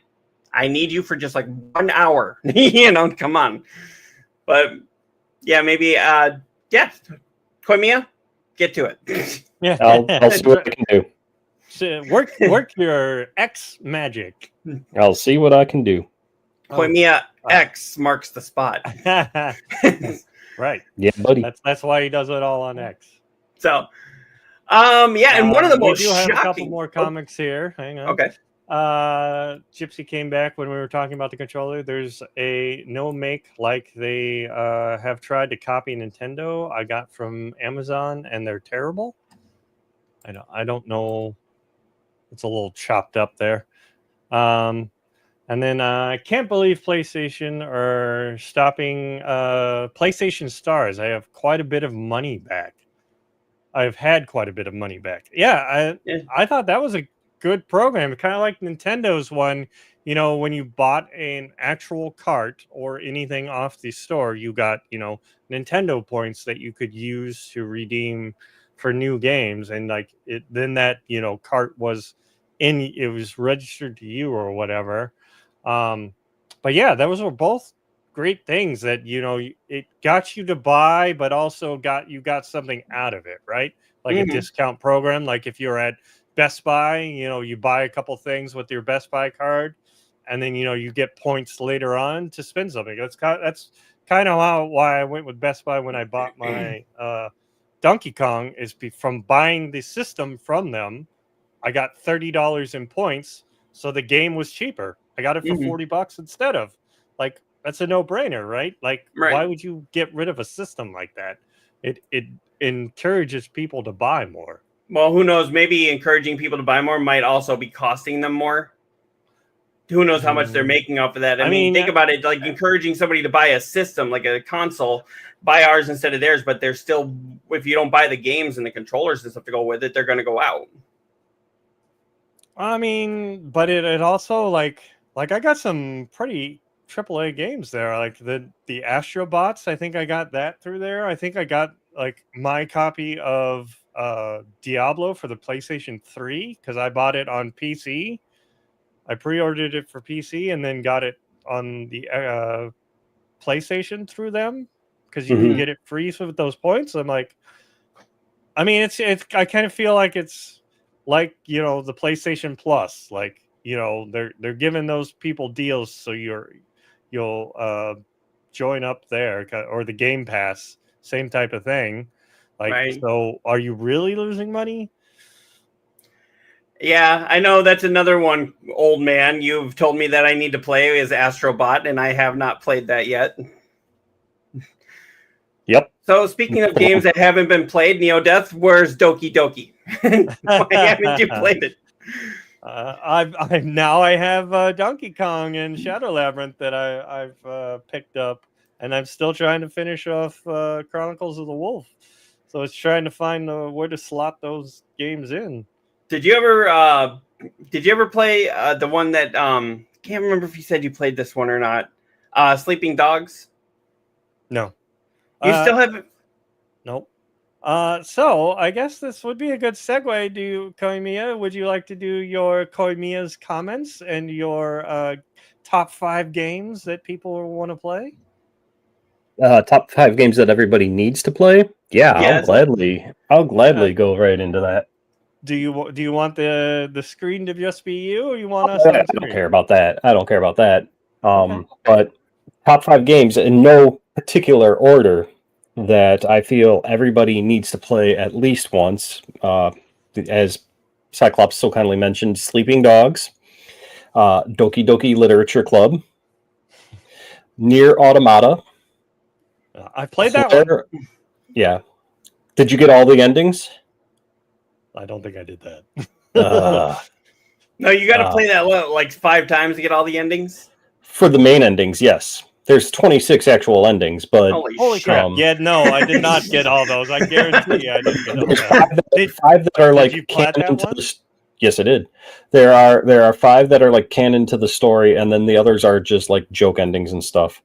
But Claire Obscure, the Expedition 33, The new one. and So you're slotting in a new game that just came out a couple months ago. You think that's part of the top 5? oh god, yes, Claire Okay. Obscure is my game of the year, and you know, Okay. I saw an You article heard it here, today. folks. Well, I saw an article today stating, you know, that people are already claiming Game of the Year's already over with Donkey Kong, Death Stranding 2, and Claire Obscure being top contenders. Ooh, that is So- a tough lineup because I've heard, Death Stranding 2 is supposed to be really good. I know Yeah, I haven't Donkey played Kong's that one yet. fucking good. And then you got Claire Obscure. Yeah, Claire Obscure. I'm trying to Where remember. would you vote on that? I guess you have to have played them. So I'm trying to remember what that last. Let's see: Sleeping Dogs, Claire Obscure, Nier Automata, Doki Doki Literature Club. Oh, Banishers, Ghost of New Eden. Yes. So Banishers. I will 100% agree with you on that one. Banishers is a must play. How dare you for sleeping on it? For anyone. I think I've played I've played 2 of those. Mhm. No, 1 of those. you said you played one of those. You played 1 and I played 2. I played Yeah. Banishers and I have Sleeping Banishers. Dogs. I just haven't. You also played Doki brought it Doki. Oh yeah, and I played I also Doki have Doki. that. You just haven't played Claire Obscure or Nier Automata. Now I gotta ask, if you're a Claire Obscure fan, I've heard that a lot of people that like that one also like Black Myth Wukong. Have you played that one? I have not. Okay. So that's one that I keep hearing nothing but great things for. I see it's available on console, so I will be buying it. It's just I have not. It's another one I like. Assassin's Creed. I will play it. I absolutely want to. I have not had the time or money. So Yeah. I mean, it's usually the time, right? Trying to slot in the games. especially games that are like, you know, like days and days long, then that's just the average play time, not the 3 hours I can play tonight. What was Huh? I said you buy all these games, and then what do you end up doing? Grinding the hell out of Diablo 4. that? Well, I mean, that's why I was saying, like, these past 2 days with me doing Donkey Kong and Shadow Labs, I'm like, I love both these games. Which one do I go for first? I thought Shadow Labs was going to be, you know, maybe the quicker, because usually the Metroidvanias, they're, you know, pretty decent, you know, 15, 20 hours. But I like when I brought it up today, I was only 25%. And I think when I finished today, I was only like 37, I want to say. So I'm like, oh, fuck. Yeah. But Claire Obscure, like I said, that's my game of the year. I haven't found another game like it to top that list. Okay. Again, I haven't played Death Stranding 2, and obviously I haven't played Donkey Kong because I don't have a Switch 2. But And you haven't played Black Myth Wukong, so that could very easily take it. that game came out, what, 2 years ago, though? A year ago? That Black Myth- won't be my game of the year. Black Myth Wukong? No, Yeah. that came out this year. I thought. Yeah, thought it was this year. Did Yeah, it? I thought it was the beginning of the year. It's one of the See, newer it's ones. it's so unirrelevant now because of those other 3 games Because that the other games, it just wiped it out of your head. But yeah, I thought that one was kind of like a Souls game, wasn't it? it is from what I've heard. Yeah, Like, I know Okay, there's yeah, demo nope. for it. I know there's demo for it. I might check out the demo, but because I know Okay, it's okay. like we were it's got wrong. the PS5 Pro patch. Oh, were we? So Yeah, I look here. It says it came out August 20th of 2024. yeah, Oh, yeah. okay. And it I didn't. mean, It got beat by fucking Astrobot. I mean, come on. So Yeah, but what didn't? I mean, Astrobot won Game of the Year last year at the Game Awards. that's my point. That's my point. So, but yeah, Claire It was up Obscure. against Blatro. Blatro is fucking amazing. I mean, that is a time sink. You So- can just get lost in that goddamn game. You really can. People are, there's Netflix and chill, and there's Blatro and chill. So, I don't know how you Blatro and chill, but okay. oh, it could be done. Oh. Oh, this is Okay. Koinonia X After Dark. And I- that was our new segment there of Koimiya's comments. As the title I gave it. Do you have a better title? No, No. Well, I was going to Okay. say Koimiya Yeah, Soapbox, but that I mean, It I- was I- his soapbox, but I'm like, it needs to be within his name, kind of, to make it kind of flowy. So I put a K on the comments. That was my thinking. I don't know how many times I have to tell you guys. You guys put way more effort into thinking about things about this than I do. I mean, So, yeah. I mean, you I mean, gotta grow you- as a show, right? You kind of seen it coming out today when I'm like, okay, we need to tie together our stream destinations. We got sitting there like, that was what the hell is going- your helping thing, right? so yeah, and I remember mine was supposed to be like Cyclops Eye reviews, which in just Yeah. a little bit I will give a mild review for the new Mortal Kombat 2 trailer because okay, here, hold on a second. Gypsy came in with a comment I want to address. Oh. So it is a game. You're thinking about not Astrobot, but there was Astro's Playroom. Yeah. That was a pack-in with the PS5 for the feature for the controller. Astrobot itself is a full-fledged game, and it's fucking fantastic. Yes, count it. So, Damn it, I don't have it on. not to call you out there, Gypsy, but I'm going to say I'm out. Drop the controller, huh? Yep. Whoa, back it the fuck up. So, so yeah, and then I came up with Cyclops's eyes on review instead of a hands-on review, and we're using eyes as the rating system, where 1 is the best one. That's what I was going That's with. where I've also got the my worst. eye on it, Right. So we're doing it backwards than everybody else. Mm-hmm. Gypsy comes back. Okay. Yeah, and from what I've seen, Astrobot is a fantastic game. Sorry, I just used your word. But and hopefully next week, I'm hoping to see the Fantastic Four. Now, do we count that as a No. fantastic word because it's No. part of the title? no, because you're not using it as It's a proper name, so no. yeah, you're not using it as a description. So what if you say the Fantastic Four was fantastic and the 4 of them were fantastic? It's like Now you're We trying. mute you and boot you out of the studio. no, I'm kidding. I do. Really? I'm being booted out of my own show here. Ah. I didn't go to- But I didn't go to no Coldplay concerts. Why am I being booted out of here? See, like, a week from now, that joke wouldn't make any sense. So you have to do it while it's hot. Exactly. Comes back. You are right. And there were a couple other ones that we missed from them before we move on to the next segment. PlayStation, $1 trillion company. They got the money, as in for the stars saying that they're canceling. Yeah. They I don't made think here's the more money thing. on PS5 than they did the PS2. A lot of people that I talk to, that getting back to that stars thing, I knew a lot of people who actually used it but I think in the grand scheme of things, not a lot of people use it. You know, and it's like you said, you know, what part of saving money don't you like? You know, and But if you don't know it's there, you exactly don't like know So about it, then you're just Sony didn't really do the best promoting it. They're just kind of like, Right. hey, we got this program, check it out. right. You know, and I mean, I know I turned a few people onto it, and they were like, "This is awesome." I also think a lot of it was some people looked at it and saw the little collectibles that you could get, and people went, "Oh, so NFTs," and you know they associate NFTs with Bitcoin and all of that Bull crap. cheap. Yeah, cheap. As my grandma used to say, cheap hook'em. I don't even know if she said it right, or if I said it right, but yeah, cheap shit, you know. And so I think a lot of people were put off by that.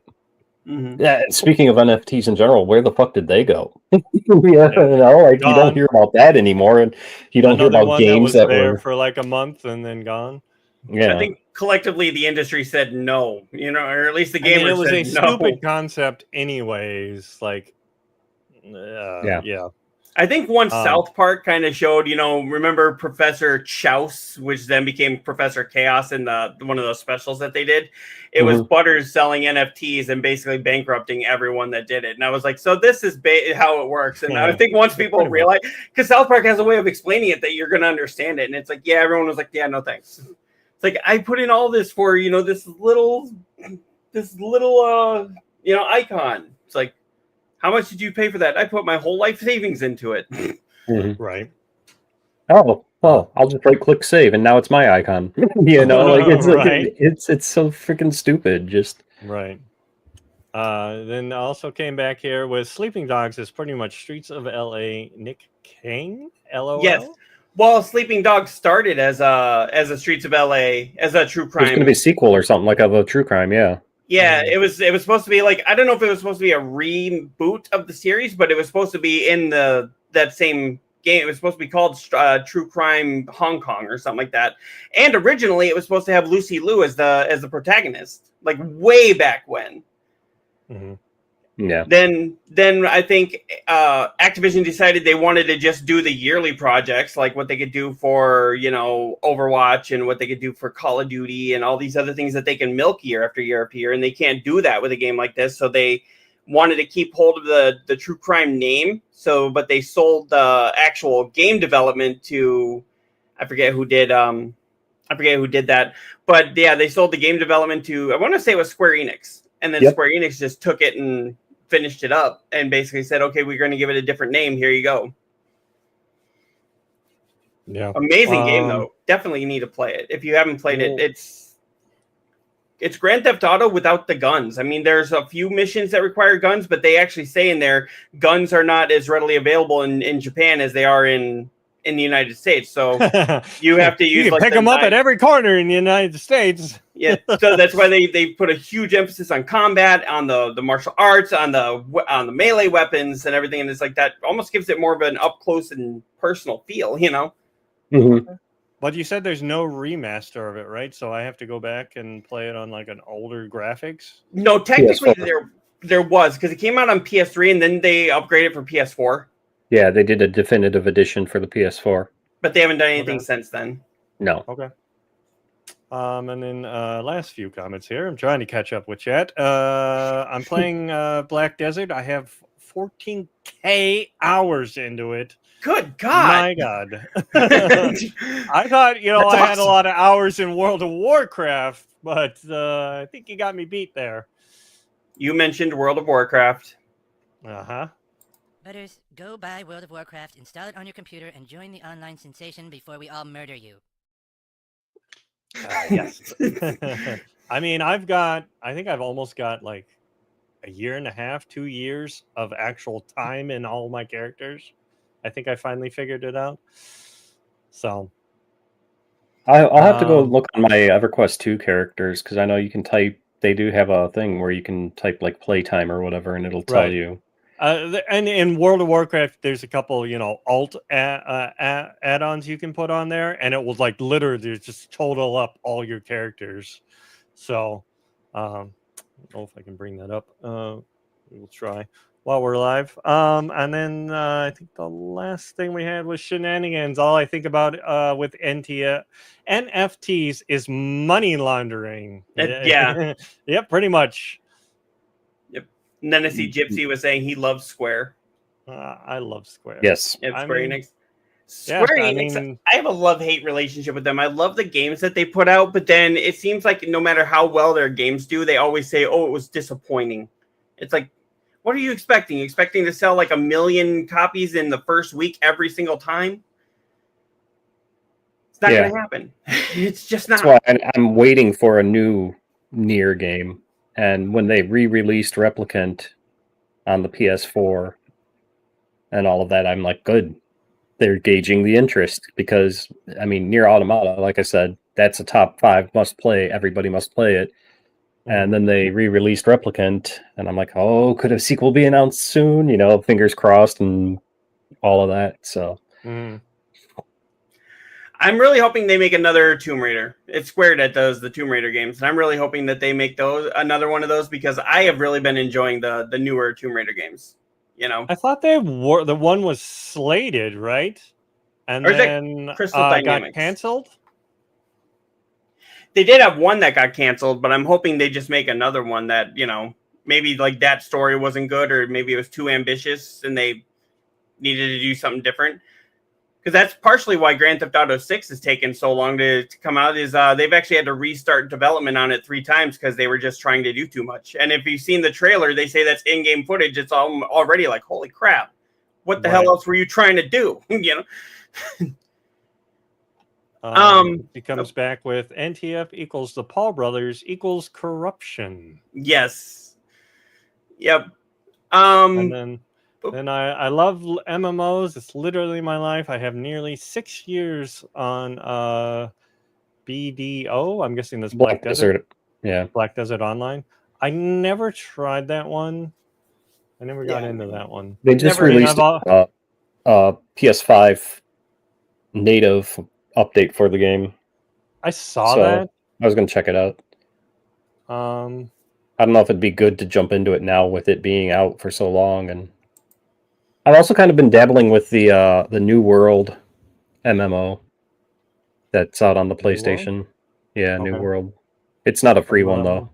Oh, okay. It was originally an Amazon Games one, and then they like kind of Final Fantasy 14'd it, where they kind of went back to the drawing board and redid it, and now it's like New World Eternium or something like that is the full name, and I've been having fun with that one.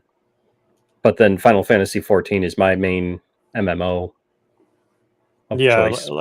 Like I said, mine is World of Warcraft, and I just pulled it up. Across all 56 tunes, I have 519 days, not hours, days. So you've been playing for a while. Yeah, I may have been playing for a little bit. I mean, that goes back to when did I start? I started in Lich King when Lich King first released, and I've gone in cycles. I'll play for a little while, I'll leave, I'll come back. I think this is probably the longest I've been here. I've been here now 2 expansions in a row, like fully. So, yeah, it's a fun one. I like to raid in it. I like the camaraderie and trying out the new things, and they're always adding in new systems, like this next expansion, which they're gonna release actually kind of soon, is they're gonna do like Final Fantasy 14. They're finally gonna have housing in there, so you're gonna be able to create your own house, decorate it, do all the things, and have like neighborhoods. So like your guildies can be all together, your friends. I like that. Do all the things. Yeah. I mean, they're integrating more community things into it. So. Yep. I saw one more thing here. The update. Okay. The update is pretty good. I also have it on PC. Okay. But yeah, these next stories, actually the next 4 stories kind of go in together here. But so this shocked the living crap out of pretty much every fucking person on planet Earth.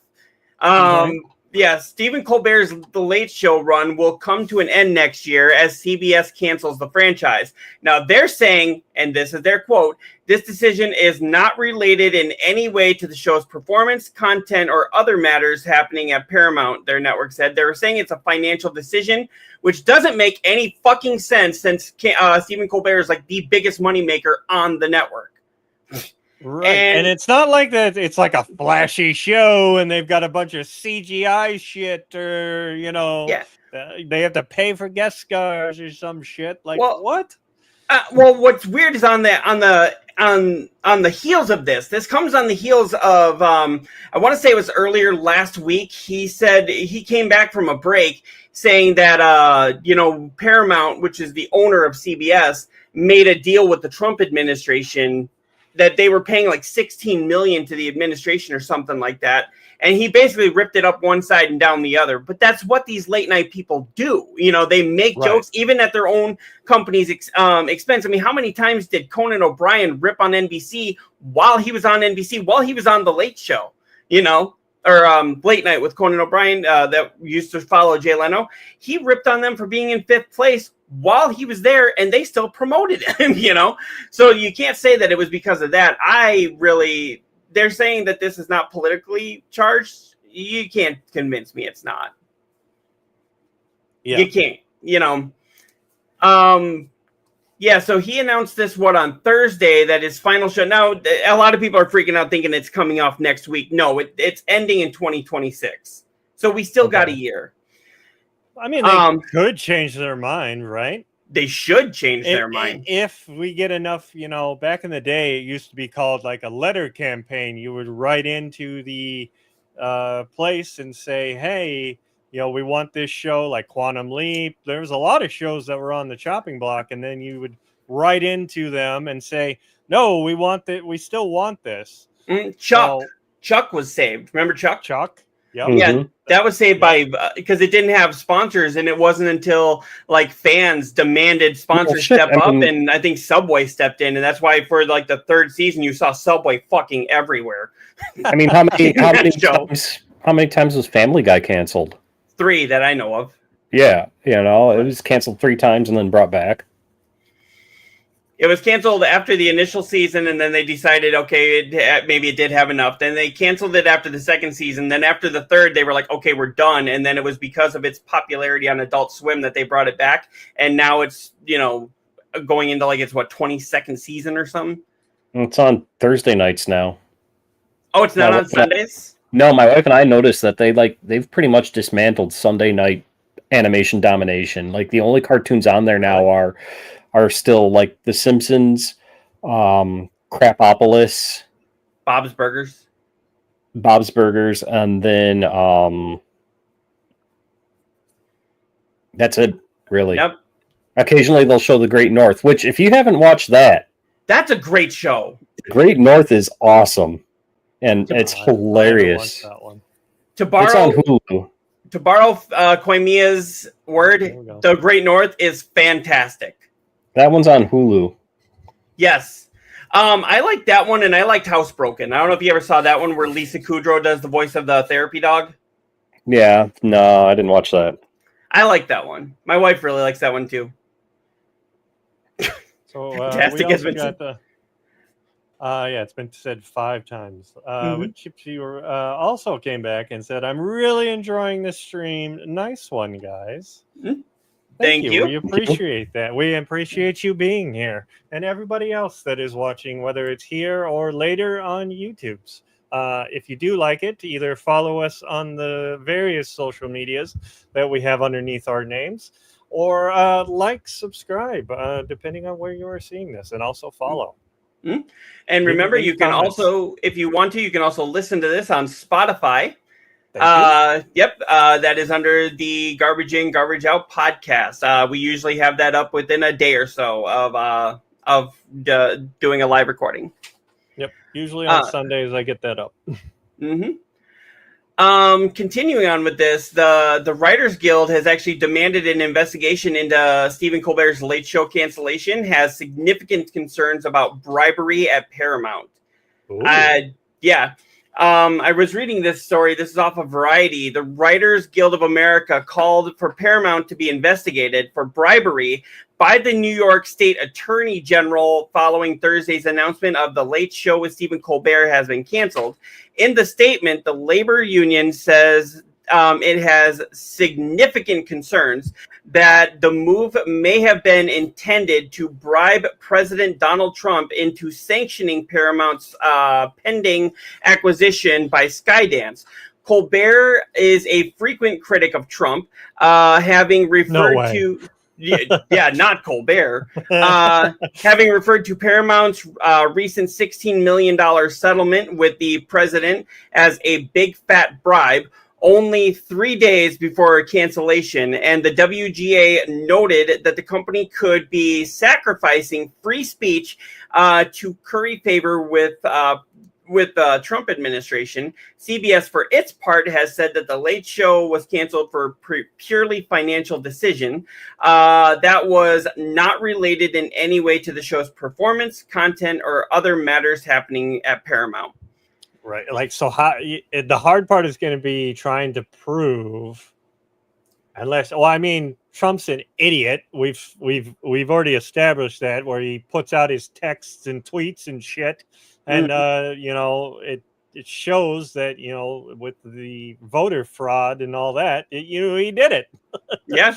Like, you literally put all that stuff out, and you expect us to go, oh, nope, wasn't him. But we'll see how that goes. So this also kind of goes along with this merger with Skydance and Paramount has also been fucking up South Park, because South Park was supposed to go from Max to Paramount, and they were supposed to release their new season, and now they're still working on the episodes, and they can't say when the new season's coming out because this Paramount's fucking things up. And apparently Trey Parker and Matt Stone hired what they called a bulldog negotiator to sit down with them and Paramount and Skydance to say, when can we get South Park out? Now, that's just South Park. That was previous to this. Right. But yeah, so this merger's fucking up a lot more. Sounds like, they're doing a lot of things trying to get this merger or whatever. Fuck, I didn't do that. Oh, I'm sorry. Yeah, I thought you were... No, I just thought of something we forgot to do. We didn't do the knock for each other. That's my dumb brain going, hey, look, what about this? Yeah. That's the ADHD brain for you. Yeah. Yep. And continuing on, so the people that actually are rivals of Stephen Colbert, like Jimmy Kimmel, are jumping to his defense, saying literally, Jimmy Kimmel said, "Fuck you, CBS." The iconic late night host slams their network after Colbert's shock cancellation. And it sounded like Trump was actually cheering Colbert's cancellation and saying Jimmy's next. Yeah. He literally put out a tweet saying that. Mm-hmm. Or whatever the fuck he gets on America's Social or whatever the fuck it is. Yeah. Communist piece of shit. Whatever the fuck. He jumped on whatever fascist website he wanted to this week and did that. But yeah, of course, that just kind of goes more into the exact same thing that happened here. But yeah, Jimmy Kimmel, love you, Steven. Fuck you and all your Sheldons, CBS. I love that. But then jumping to the next one here, I thought that would instantly go. I'm sorry. Jon Stewart addresses the Daily Show cancellation rumors, and he's saying it doesn't look good for him either. And he's another one with super high ratings that gets viewers, and you're just canceling. Paramount owns Comedy Central as well. Yep, it's right here. Peacock was CBS, isn't it? Yeah. No, Peacock is NBC.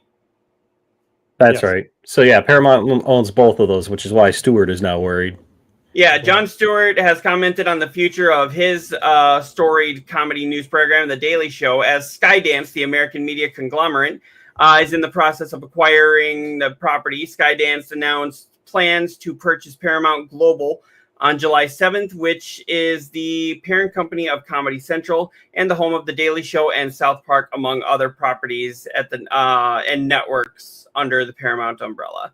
Yeah, so Unfortunately, this all started just recently, and now all of a sudden we're starting getting cancellations and whatnot, and shows not going on air like they were supposed to. yeah. And I mean, right here, his statement. Unfortunately, we haven't heard anything from them. We haven't. I'm sorry, they haven't called me and said like, don't get too comfortable in that office, Stuart. But let me tell you something. I've been kicked out of shittier establishments than that. We'll land on our feet. So I'm pretty sure. If both Colbert and Stewart get canceled, if they were to put together like an internet, like a podcast or some sort of internet show, it would blow up. Right. For sure. I mean, they were awesome together before. Mm-hmm. So, I mean, yeah, like you said, he'll land on his feet, but it's the point that they're all of a sudden doing this. Why? Just so you can get a merger because your shit's sinking? Like all of the streaming services are having a problem. That's why we keep getting rate increases and whatnot. It's basically becoming again like cable was. Like they're starting to package them together and whatnot. Like we didn't cut the cord, at least not anymore. We didn't cut the cord to go back to the cord, essentially. Right. It's becoming a problem. Mm-hmm. So I think they're just trying to find ways to reinvigorate, we get more money, and continue doing what they do. But it's shitty how they do it. I cut the cord because I could eventually just say, okay, I want this channel, this channel, this channel, and now it's like, okay, this is just now cable it's all over again. Yeah. Well, at least with this, I can cancel it for a month if I don't want to do it for a month. Here's what you do. All you need is Pluto TV because they have a 24/7 channel of Mystery Science Theater 3000. Okay? That's all you need. That's all you need. Okay. Good to know. So it's we free. got some more comments here. Gypsy comes back. I like Americans, but I think you deserve better. Trump thinks he is the most important person in the world. Yes, it's not just he thinks he's the best person in our area. He thinks he's the best person in the world, which is preposterous. Look at all the people that have done that and they've fallen.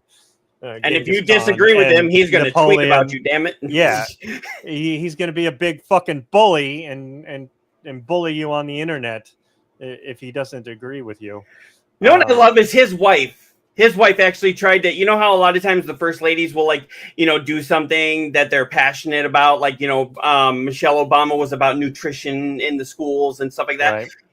Melania Trump's big thing was about online bullying and how it needs to stop. And I'm just like, have you met your fucking husband? Right? Have you looked at what the shit he says? Mm-hmm. But okay, yeah, that's the one you're gonna die on. Got it. Telling Britain what to do makes me upset. Whatever happens in the UK has nothing to do with Trump. Yep. Mm-hmm. And then Shenanigans comes back. I pay for no TV subs. I only use the ones that come free with other things. Yeah, like AT&T. I get.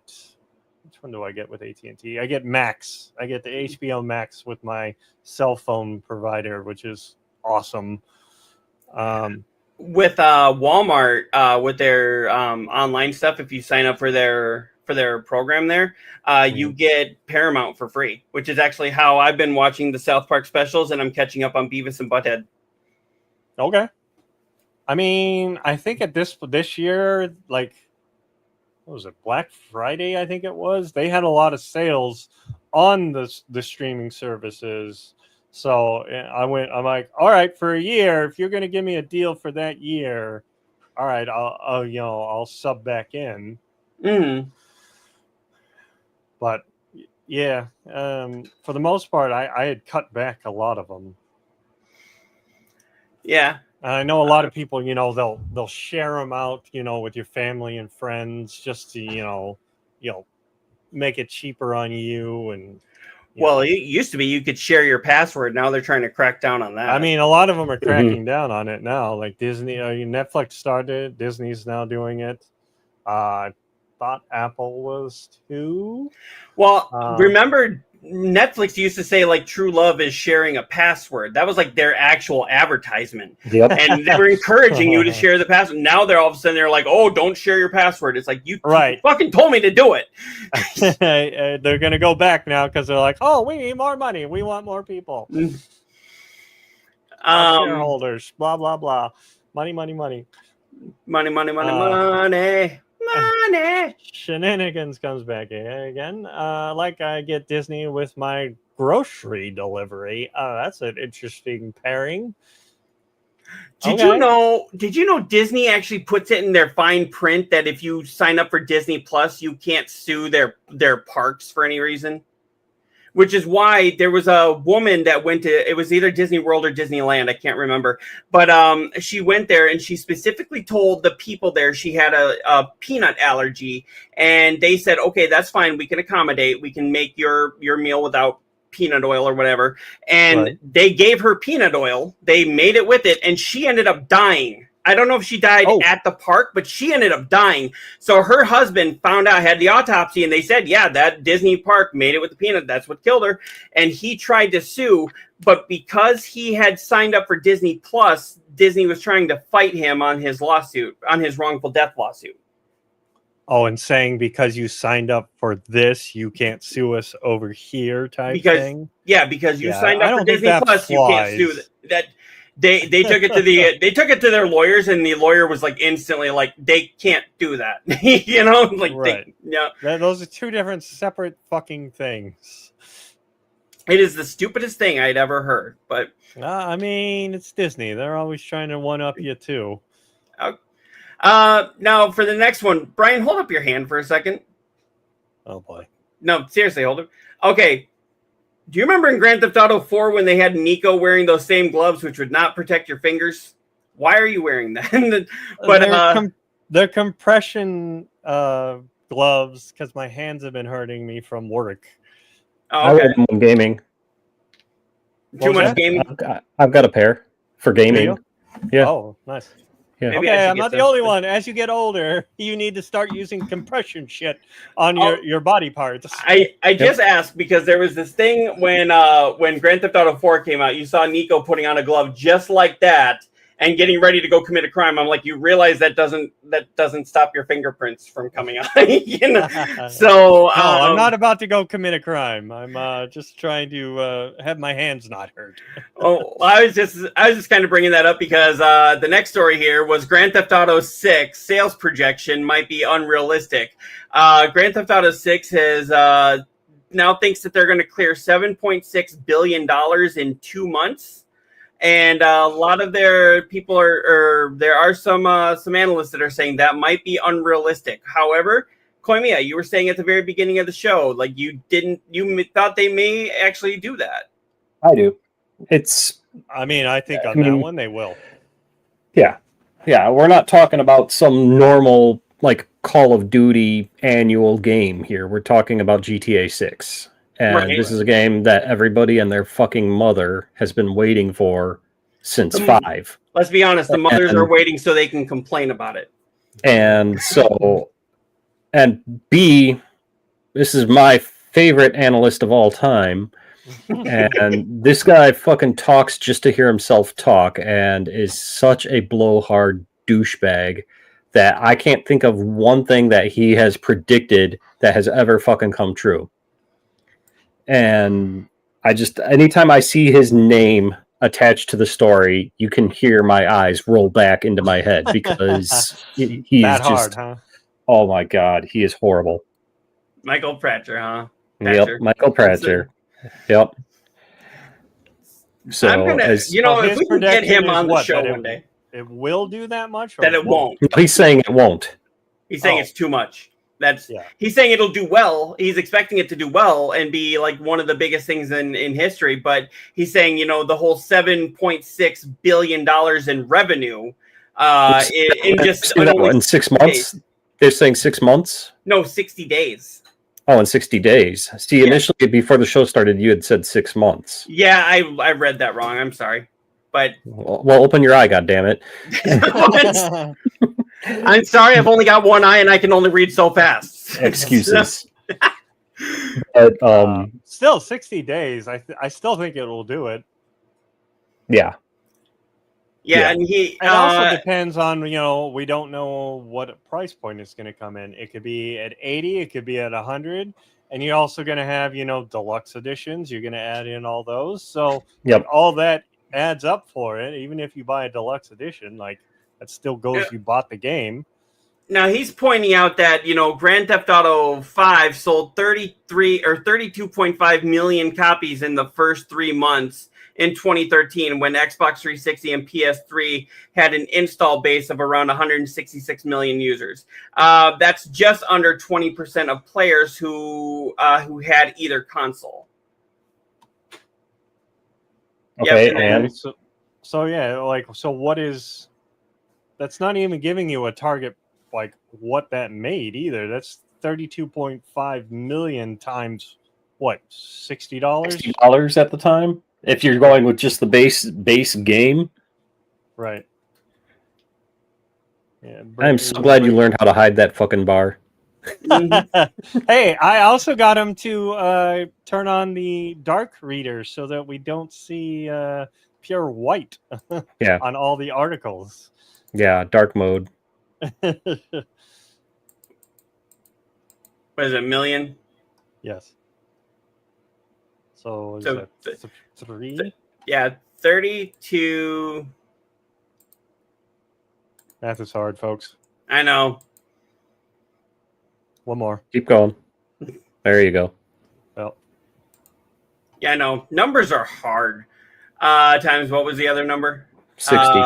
Times Yeah, 60. just do Yeah, it was $60 a game at the time. Yeah.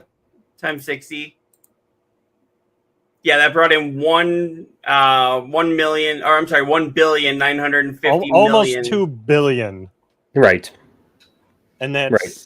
And that was that's what, a lot- was that what did they say that time frame was?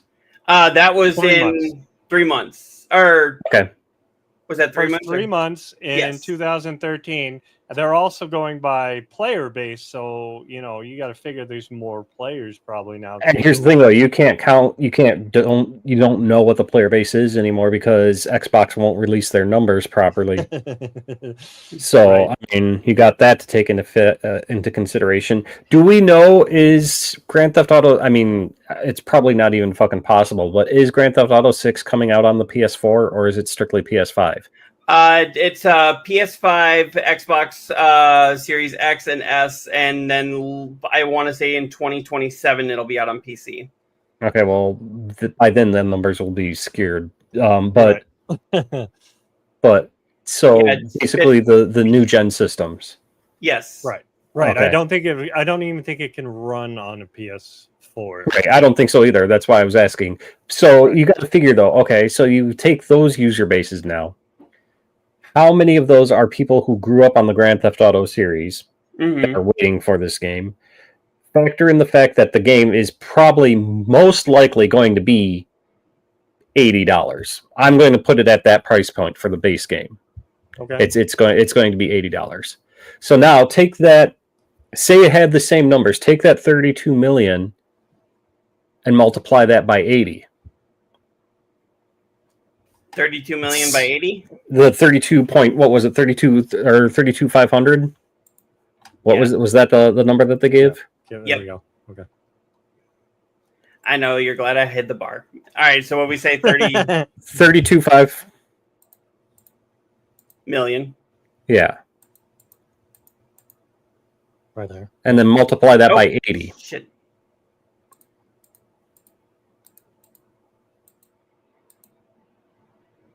One more.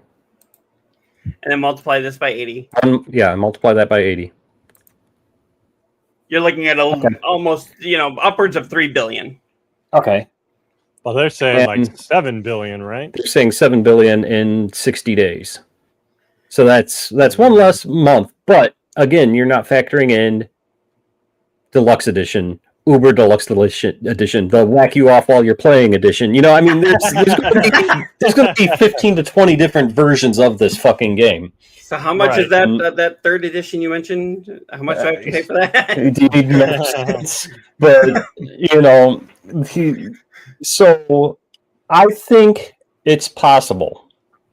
I think it's possible they'll hit the 7 billion in a 2-month span. Yeah, otherwise 60 days. Imagine it goes like 7.5 billion, and then they're like, "Oh, it was disappointing." Oh, it sales. didn't hit it. Oh, okay. Yeah. So Gypsy comes back next. That's not the one I wanted. There it is. Not sure GTA 6 will have the capacity to run on PS4. Yeah, I don't think it easier. I think they've retuned it to run on the new Unreal and next gen software. So I don't think it will be able to. I was 11 when I played the first GTA demo and ran over a copper. Yeah. Mm-hmm. I mean, you can just screw around in that game and run people over, steal cars, whatever the hell you want to do. I remember when it was a top-down franchise. You know, I never played it, and I came in when it was GTA as we know it, third person. The top downs. There was 3 top downs. There was GTA, GTA 2, and then GTA London. Yeah.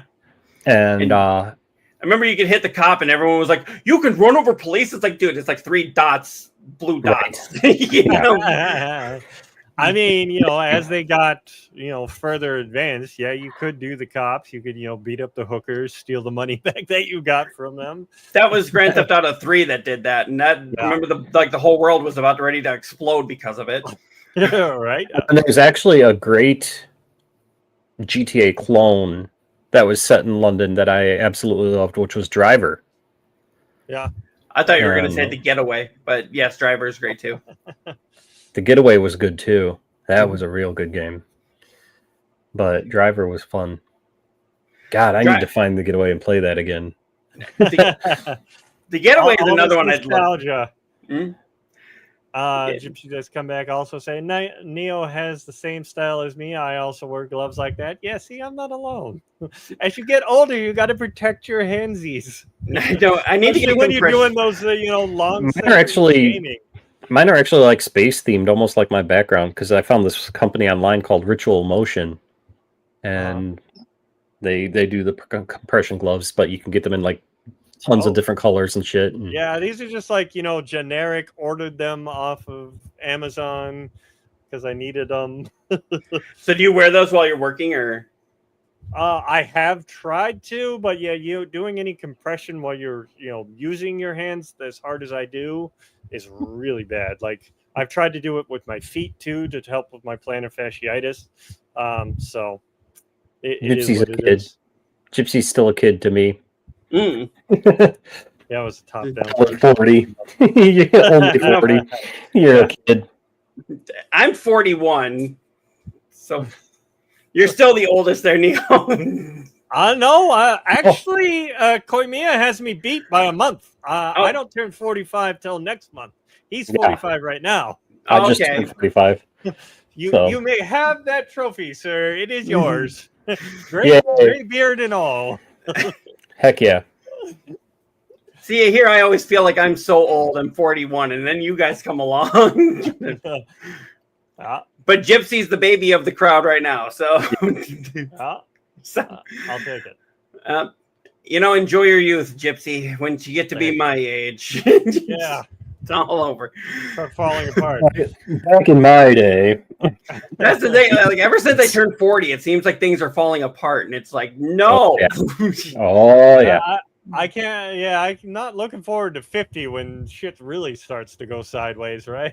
Mm-hmm. You want to hear the fun thing? When I'm 50, my oldest will be taking driver's ed. No. Heart attack. Got it. Yes, exactly. So don't hit the tree.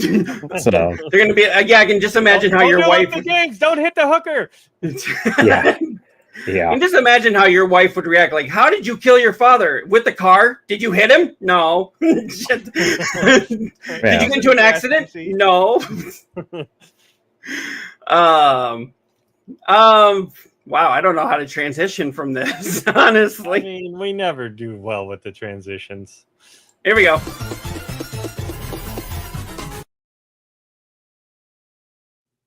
For the transition, that always works. That's whatever Koimiya X is talking about for you. I still That's love a you good got, time to use that. Yep. I love that your brother got Billy West to actually do that. Yeah. Yeah. Like, people think that's AI. No, that is not AI. That is actually Billy West, the voice of Zap Brannigan and Fry and a million others on Futurama doing that. He did Zoidberg. He did, I'm pretty sure he did the Professor. He did the Professor and the Professor's son. Yeah. And then he did Ren and Stimpy. And, Doug and Roger. He was Doug and Yeah. Doug's bully. so. Right. And again, a million others. Yeah. Right. Yeah, he's That doesn't even scratch the legend surface. in the industry. But yeah, a movie I'm about to see tomorrow, and I know Neodeath, you said you already saw this. I'm not sure if you've seen it, Koimiya, but I have not. Superman has already made more money than Black Adam's entire U.S. box office haul after the biggest Wednesday of 2025. Just this last week, the box office had its biggest Wednesday, biggest financial earnings for a Wednesday, and that actually pushed Superman up here. It says we're still waiting on an update for international numbers of Superman. The movie is thought to be closing in at 300 million worldwide, but the Man of Tomorrow just landed the biggest Wednesday of 2025 with an $11.75 million haul. I didn't even know it released on a Wednesday. I thought, usually they do it one day earlier, so you go see it on the Thursday, because that's when I saw it. Well, that's when they did, but this is like usually it tapers off during the week, but it had a huge Wednesday. Okay. Just it's uncommon for them to. Because, yeah, they did. Right. They opened it on Thursday, and then people saw it Friday, Saturday, Sunday. So that did what it was supposed to do. But then, yeah, it had last week, and I guess this past week it did well, too. And then it actually, surged this Wednesday again. Well, Nope. I will say this much. I've always been, growing up even, I've always been more of a Marvel than a DC guy. Me too. Me too. But I like James Gunn as a producer. Mm-hmm. And so I am interested in seeing this because he did this movie. So, and he's telling it as the story that it was. It's honestly, people freak out about it and go like, "Oh, it's an immigrant story." It's like it's always been an immigrant story. yeah. Right. Well, yeah, when they're trying to get into the woke culture and whatnot. Yeah, screw that, but yeah. So they're. I really like that he's actually he's accepting the responsibility for this kind of movie. It's not like Guardians of the Galaxy, where, like we said a couple weeks ago, where when they announced that, we were all like, "Who the fuck are the Guardians of the Galaxy?" He could have done anything he wanted with it. This is actually, it's got an established fan base, and while I think they made a few changes that people were or weren't happy with, he respected the source material. I mean, he was going off of also two newer series that he based the story off of. Mm-hmm. So he's trying to draw in newer people that have been reading the comics. Yeah, comics. But I mean, I would love to hear what your take is on it. Are you gonna just call it fantastic, or what do you think about it? Oh, me or Koimiya? I mean, you're going to see it this weekend. I don't think Koimiya is. So I won't. I'm going to see it, and I think it's going to be fantastic. I'll probably it'll probably have to be once it gets to home streaming. Right. There's the nearest theater for me is 45 minutes away. Oh, that sucks. And so I would have to so you have to really think about it and make an plan it attempt out to go see a movie. Yeah. Yeah. So I mean, yeah. But yeah, I would love to hear what you think about it there, Cyclops, after you see it. And we can compare notes and bring it up on the show next week. Definitely. Now, Koimiya, this is one I really want your opinion on too. I want yours as well, Neodeath, but this is one I really want both of yours. Look at this. A YouTuber is being threatened with jail time for reviewing retro gaming handhelds. YouTuber Francesco, I don't know how to say this, so I'm going to apologize if I say the name wrong, but I believe it's Sassolini, says Italian law enforcement raided his home and took 30 consoles. Whoa. Yeah, so the retro gaming YouTuber in Italy claims that he might end up in court and could even face possible jail time for reviewing Android-powered handhelds gaming devices that sometimes come preloaded with old games. As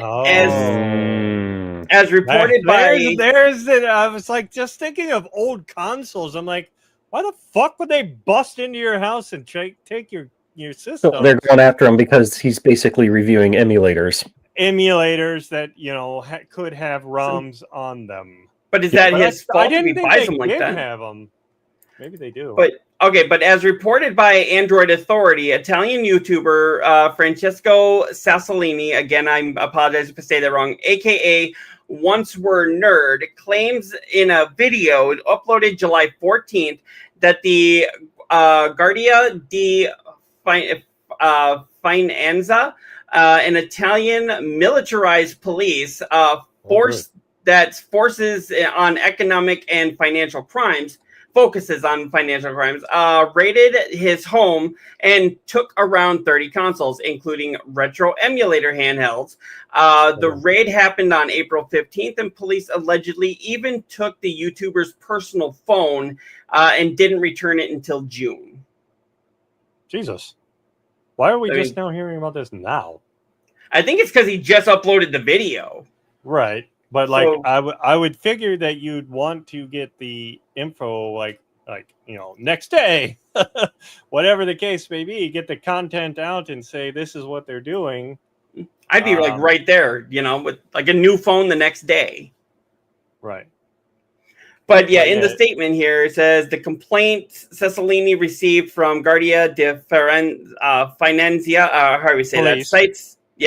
The police cites him violating Article 17 tier of Italian copyright law. The same complaint also lists Sony and Nintendo, but it's possible that Italy's Ministry of Economy and Finance was responsible for bringing forward the charges against the YouTuber. Sassolini believes this is because he has reviewed retro handhelds from companies like I don't know how to say that, Anbernic, which sometimes come preloaded with classic game ROMs. While emulation is legal, ROMs exist in a weird, murky gray area. Right. Yep. That's why. Just me scrolling through Facebook, I will get those ads for their, retro systems, or comes preloaded with, all these games, whatever games, yeah. Right. So, they are out there, but I never know how legit they are either. Yeah, like there's one on the TikTok shop that I see that has it's this stick that has 1,000 retro games already preloaded on it, and I'm like, how can you advertise this if it's legal? If it's not legal, but right, maybe it is. It's a very, very gray fucking area when it comes to ROMs and that. And Nintendo obviously has been on a tear lately, trying to get rid of all the ROMs and whatnot. And suing people and destroying their lives.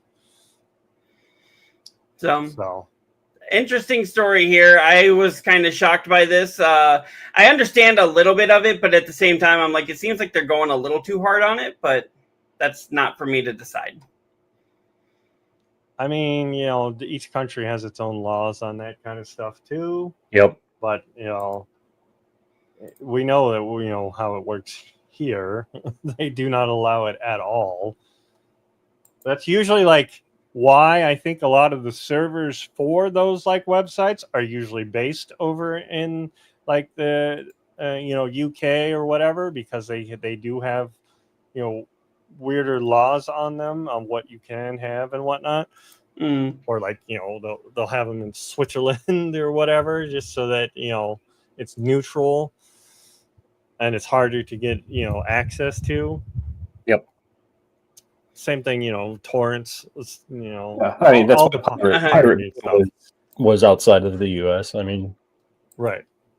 so So, there was Do you still. want to Oh. do your segment now? Your eyes on review? Yes, let's do that. So just recently here, let me actually pull this up. I don't think we can run the actual trailer, but at least we can show it. Run it. Go ahead. I've gotten copyrights on my things too before. Usually that just says, copyrighted, and it's you can use it, but just know that it can't be monetized or some shit like that. And last time I know you said something about the X-Files, you kind of hummed it. Mm-hmm. I actually put, if you watch the VOD from last week, I actually put the actual music in there while you were humming it. Oh, really? Yes. Yeah, I didn't see that part of it, but yeah, I watched it, but I didn't see that part of it. I didn't realize you put the whole thing on. Oh there. yeah, I went all out on last week's podcast with the special guest Borg Queen. If you haven't seen it, check it out on my YouTube. Probably, I did all sorts of things to that one I'd never done before. probably one of the best shows we've had in a long time. Yes, I totally agree, and I think she needs to come back and do her own streaming too, or maybe even be our fourth. Mm-hmm. But yeah, I've got this up here. If you Alrighty, go for it. all right, so and I'll keep it on mute here, but I don't know if you guys saw this this trailer. So it's one of the Red Brand trailers. Right here, we see Liu Kang. Yes. He was not in the original movie, but he was very much hinted at in the at the very end of the first one. Right. And he's it's kind of weird. They're kind of changing it. He isn't really a nobody in here. He's obviously it's a look at this back here. You cannot tell me that is not a parody of Tom Cruise's original Mission Impossible poster. Yeah. And this looks like an Arnold Schwarzenegger like Terminator thing. Terminator, yeah. And of course, they pop back up here. There it is. That's where the action starts. Basically telling him you're gonna come with us.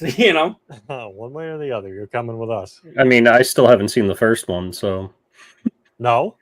no. Oh, really? Wow. Yeah, I'm I believe on it's one of the on. I streaming believe it's services. on Max. Okay. If it is, I'm gonna get to it eventually. Maybe I'll watch it tonight. I don't know.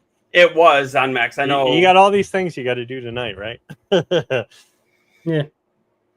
Eventually. So okay. Remember when we were talking about the characters and what they look like? So you're now seeing exactly what they're supposed to look like. Remember we were kind of showing the He was going off about Jax and how he was just wearing a coat, and see that's what he looks like when you got the full CGI version of him.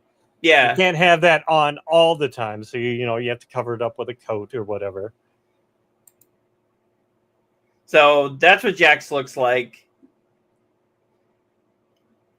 Of course, you've got Scorpion shows up here, and of course, he does his famous "Get over here." Yeah, and of course, we got the Baraka. That looks. What, you don't think that looks good? Here we go. Here we go. All right, old man, take it. Keep playing. Does that look like hot garbage, as you would say? I did not That's say that. this That's right here. Jade. That's Jade. Yes. That's I forget her name, but she was in the Uncharted movie, and she was also one of the girls in the Chilling Tales of Sabrina. Yes. She's actually a good actor. Mm-hmm. Yep. For the next level.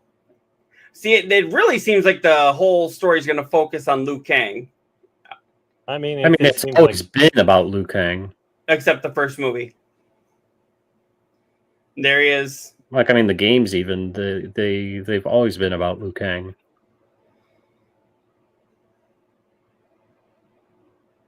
And there's his famous "Get over here." right.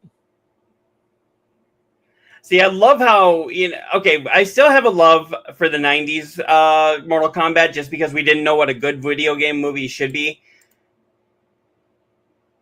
And I'll always love that, but it's like I love how in this one they're actually doing the fatalities. They're not shying away from the R rating.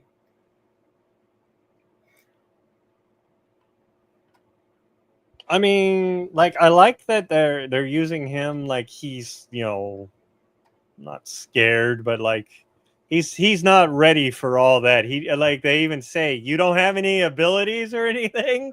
And he's like I'm just a movie star. And everybody's like shooting laser beams and shit. So with that, what do we do out of how many eyes out of 100? Out of 5, 10, whatever you want. Okay, but number one eye is like the best. Yeah, it's the best. So we're doing the reverse of what a normal review would be. So with the blood and the gore, and knowing that they're going to keep it in the same realm as the first Mortal Kombat movie, not the 90s, but the first one that came out just a few years ago, remake. Yeah. Knowing that I haven't played every single Mortal Kombat game, so I'm not like deep into the lore. But from what it looks like and from everything that I saw in that trailer, I am going to give that 1.5 eyes out of 5. Okay. 1.5 out of 5. All right. So that means it's good. Let's just reiterate that. The less eyes, the better, because obviously this is coming from our Cyclops, right? That means I've got my eye on it. I will be watching. So, thank you. Yeah, there we go. All right. And then sounded like you had something to say about it, Koimiya? I was just laughing at it looks good. I will give it that. It looks good. Again, I haven't seen the first one. So I will watch them.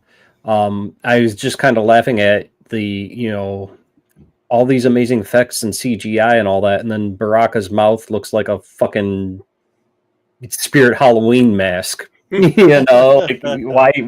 can't you? I mean, I get it. He's got the deformed mouth and everything, but I don't know. Could have been a little bit better. So they still have time to work on it more. So that could just be, one shot. They could do better. Like this whole Sonic thing, where they reversed it and made him better. Because it doesn't come out until October, right? Yeah. So if you want to, if you want to put that back up on the screen, got it. Yeah. So here's what he's talking about here, right there. Yeah, that his mouth moving doesn't look too bad. To me, it doesn't, at least. So. I mean, yeah, it really doesn't. But at the same time, was Baraka in the first movie? It's been so long since I watched that first one. I don't remember. I think he might have been there's some, kind of bigger villain at the end that they fought. It might have been Baraka. Yeah. So, but you got to remember, they also, if even the cartoon mouth fits like where he's from, then it's going to be okay. I mean, you can kind of get away with not making it perfect. And again, this is a movie that's, it's not going for perfection. It's going for fan service and fun. So Gypsy comes back in here. I like the old films. I watched it a lot. They recorded off TV on VHS. That's dating us, right? And then I prefer films that don't use CGI, honestly. I mean, now times, like, you can't hardly find a lot that don't, especially for these, like, big budget, Marvel comics, video game movies. They're all going to use it. It seems like even if they just hand them something like this, that's CGI, and it's like...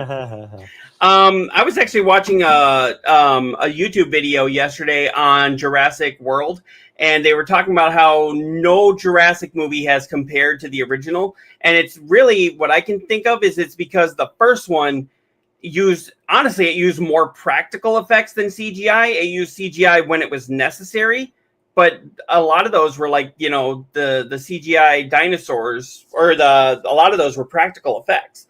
And I'm just like, maybe that's why that movie worked so well, because it knew how to marry the practical effects, the CGI, the horror story with the relatable story, you know. And these other ones have just focused so heavily on CGI, and it's just like, I get where you're gone are going. the days of like the practical effects. I feel. I mean, you'll have a couple of them that'll still do it, like but for the most part, yeah, we'll just CGI it.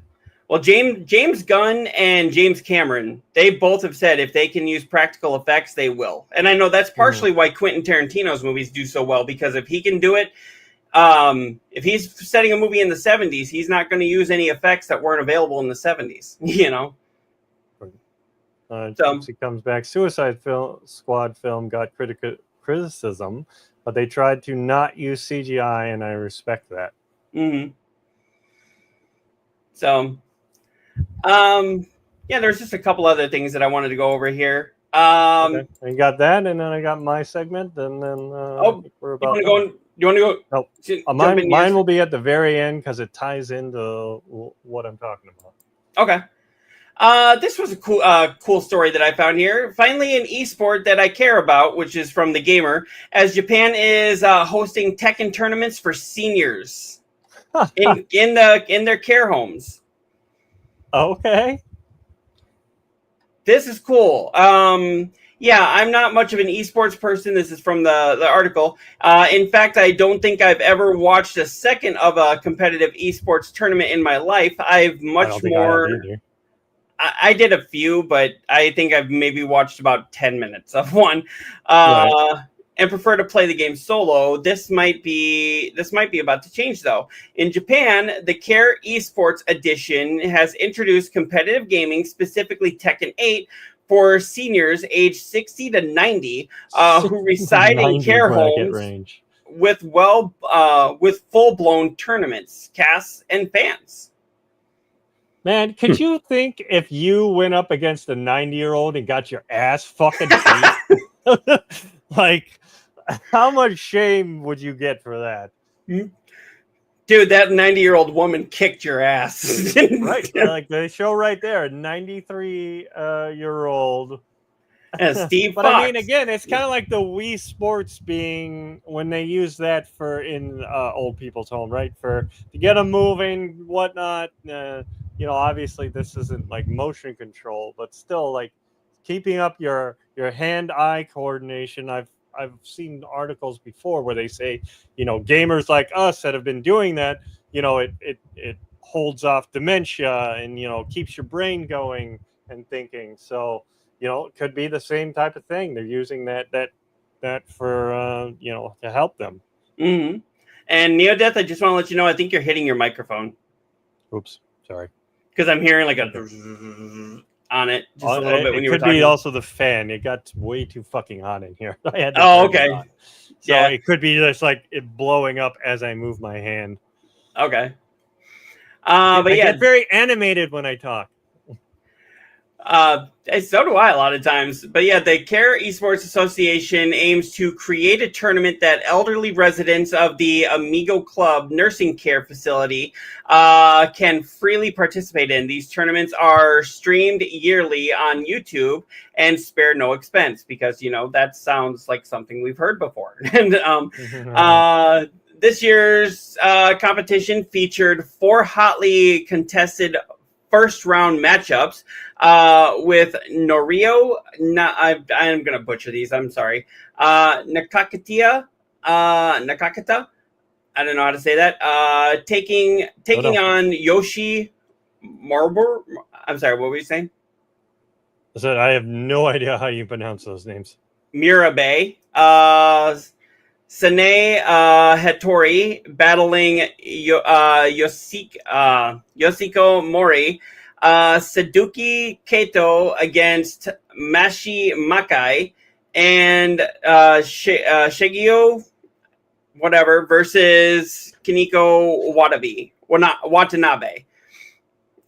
The winner of each round progressed through the bracket until the championship was eventually crowned. I would Does it say who totally. won? Let me see. Scroll up a little. I'm guessing it's that 93 one that they kept showing, but maybe eventually won by, there it is, right up one more above that picture. No, you're going too far. That it's just a little one sentence thing between the ad and that picture. The tournament was eventually won by Yoshi. Oh, here, you're looking right here. Yep. Yoshi Mirabe, playing as Kuma, and she was presented with the trophy for her efforts. So this is her. Nice. Again, she kicked your ass. Right? Huh. Grandma, I got my ass kicked by Grandma. Mm-hmm. I mean, imagine playing Tekken 8 against Grandma and she kicks your ass. You'd never hear the end of in it. here, Grandma B Gaming. She's been in here. Granny B Gaming? Yep. So I mean, what do you think we're all going to be?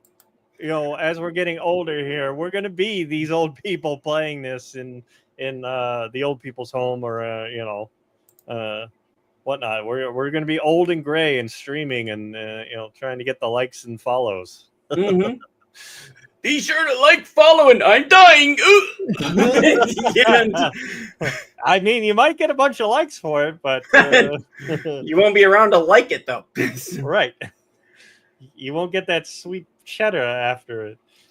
Like #1 video on YouTube. It is Cyclops having a heart attack. I'm 97. But yeah, one other story here was this was one that I was talking to Neodeath about beforehand. I don't know, Koimi, if you ever watched this when you were growing up, but Captain Planet and the Planeteers is getting a live action series at Netflix. All right, in its prime. Exactly. Right. When it can actually do something. It's like, I think it'll do well for like a season. Man, I've been sitting here going, man, you know what I really miss is Captain fucking Planet. You know? But look at this. You've got Leonardo DiCaprio as an executive producer for it. Really? Yeah. Jesus. Yeah, it says here, Netflix with Greg Berlanti and Leonardo DiCaprio as an executive producer. Netflix declined to comment on the adaptation, though Variety has confirmed the news with source. Tara Hernandez, best known for creating Mrs. Davis on Peacock and writing on the Big Bang Theory, and Young Sheldon is writing the Captain Planet series. Executive producers include Berlanti, Sarah Schotcher, I'm not sure who that is, and Lee London Redmond via Berlanti Productions, and DiCaprio and Jennifer Davison via Appian Way. Warner Brothers Television, where Berlanti Productions is under an overall deal in is the studio. I mean, isn't Netflix also doing a live action Voltron? I don't know. Or is that a movie? We got a follow on Beam, and Cyclops, I'm going to let you handle this one. The follower's name is Show Me Dim Titties, which I freaking love. That is hilarious. Thank you for the follow. Actually. No, you know what? He actually, I'm assuming it's a he. I could be wrong, but don't assume. He actually followed my personal Beam as well. A while ago. Show Me Dim Titties. I want to say I've seen that one. I've seen that on mine also. Yeah, I've seen it floating around. Right. And the funny thing is like I've seen some people complain about it on the Discord, and I'm just like, really? It's a name, and apparently they aren't complaining enough or whatever, because Show Me Dim Titties is here in our chat. Hi, Show Me Dim Titties. So. Yeah, I've gotten a couple followers. Like you said, I got the same one you did, the J. Phillip, and then John Green, I think, also is watching on there. Yeah, I got that one as well. Yep. Yeah, we also got Sci-Fi Man Game Channel popped in, said hello, and then popped out. Okay. So, but yeah. See, this is why we need to contact StreamYard and get the talking to Yeah. Beam for the API. Yep. To get that chat going. So, Who wants to tackle that one? like I said, Well, I'll we're leave gonna it. We're going What to be was that? talking to Angel directly in a couple of weeks. So, Right. That's you why know, we want to that's get true. it set up beforehand, I would think. Yeah. Well, Angel did tell us the one time that, he's like, have StreamYard contact them. And then he Right. did give me, I would probably butcher the hell out of the guy's name, but Theodore, to get the Beacon Max stuff set up, I got to email him. So, yeah. I think one of these. Well, I mean, this month's going fast, so we need to do a trial run of running all that on one of our shows to make sure everything goes well, and we're not Yep. just fly by the seat of the pants like we normally are. But I'd like to know the program and know what I'm doing and figure out how we're actually getting it out there. definitely. I still say the show is in its infancy. We're still going to be, struggling a little bit, but let's tighten it up. Yeah, I mean, especially because I don't think we can go through StreamYard like we normally do. We're going to have to go through their, programs to get it out. So it'll be a learning curve for sure. It's always fun to learn sometimes. I mean, it is, but yeah, my brain's like, okay, learn it beforehand. I don't want to have to try and learn while I'm, doing an interview or whatever the case may be. You don't want to do on-the-job training. Yeah, I don't want to do it on the job training while we're trying to interview someone. So, but was that all of your articles? Yeah, that was all the articles. Just the last little part here was for the people who don't know, Captain Planet was a show that in the 80s that was actually widely acclaimed for its treatment of difficult issues such as pollution, poaching, deforestation, as well as social issues, which included drug addiction, HIV/AIDS, and bullying in a way that educated, entertained, and but also activated its young audience. So I guess there's no time limit on when, or time frame on when this is going to come out. But if they tackle these issues, it's going to be called woke, which is going to be funny because it's always been that way. Right. But yeah, that was the last article that I had on here. You had your segment here. Yes. So my NeoDeath streaming segment, I don't have anything I'm bringing up. I guess I could bring up my. I don't have anything I'm bringing up on screen, but I'm just going to talk about when we are streaming and you're about to end your stream to raid out, help the other streamers have more people, get higher in the algorithm, be seen on the front page, whatever the case may be.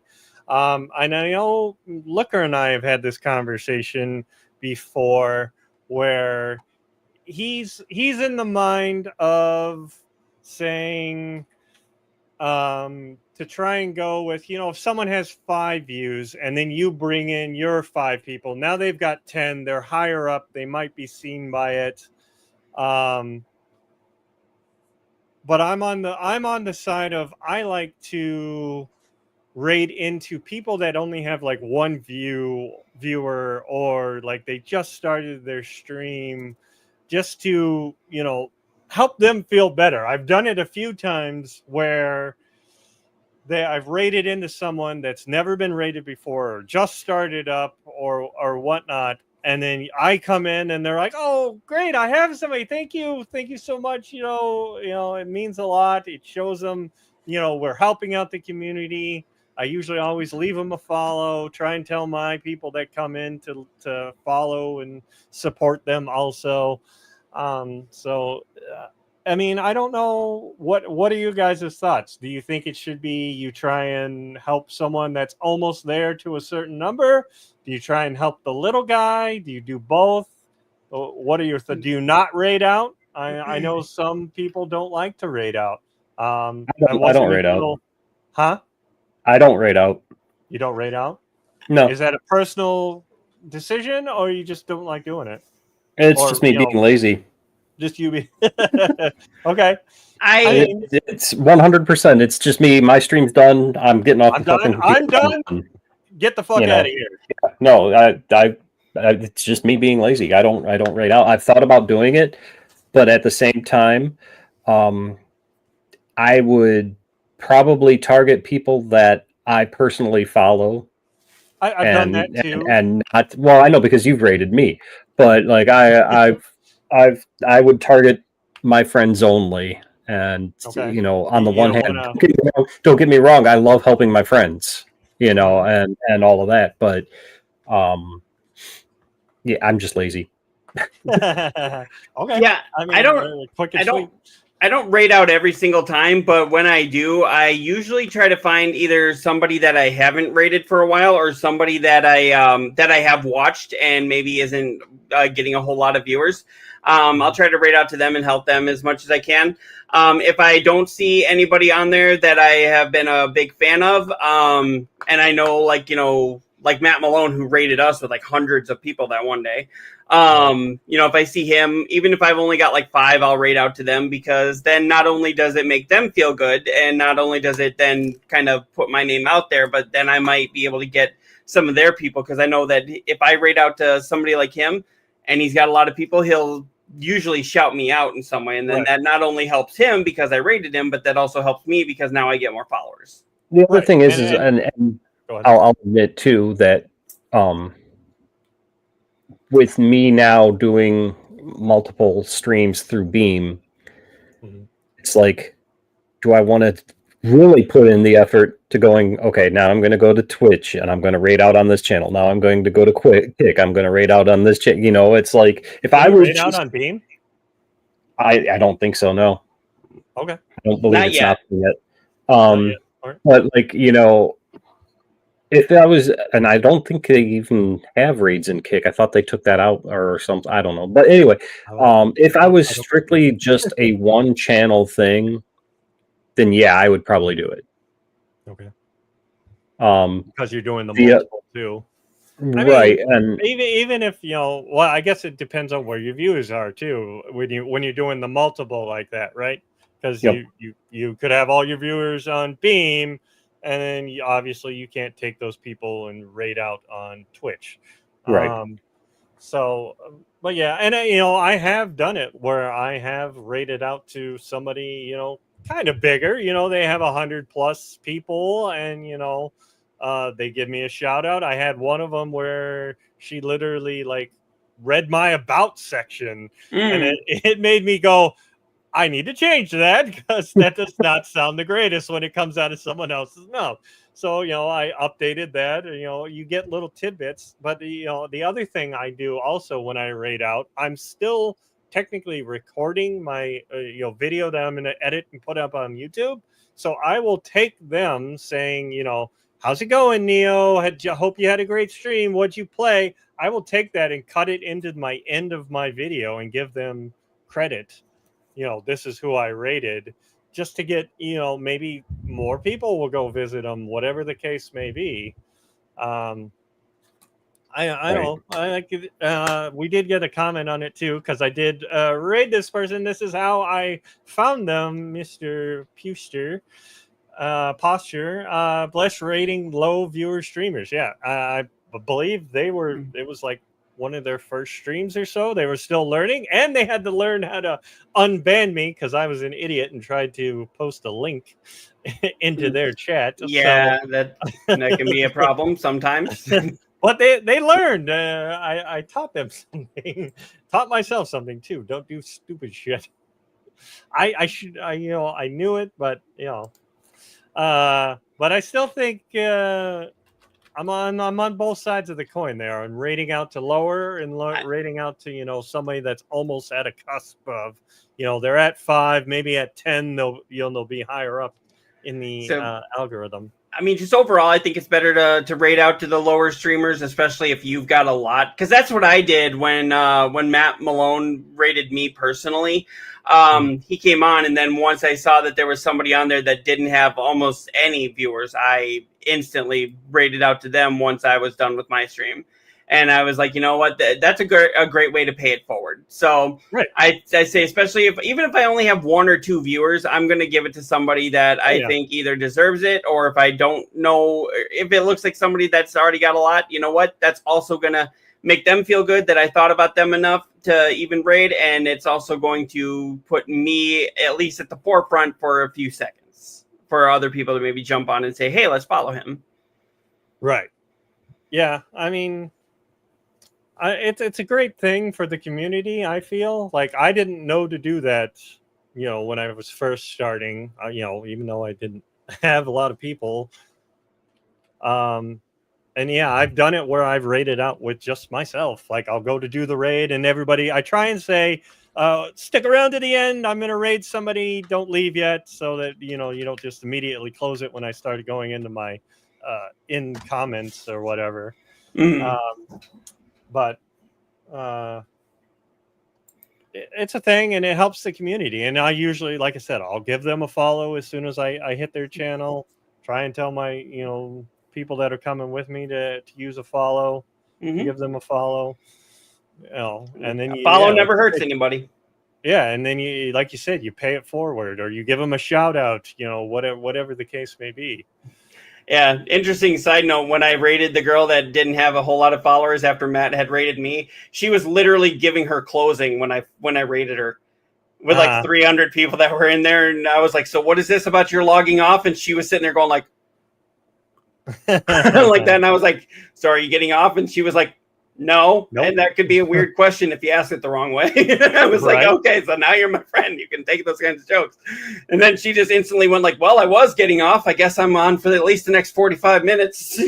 So. Right. Like you get those people and it gives you a burst of energy. You're like, oh, well, I was just sitting here talking to myself, but okay, let's go. Let's see where this conversation takes us and whatnot. So all right. That is my streaming segment for the week. We'll have to get introductions for our segments. Koimiya's comments. Yeah, I need to make an animatic or something. I can do it in post. I can do it when I'm editing because I did it last week's. But yeah, I don't have anything. Oh yeah, I did have this one. Didn't I put it on there?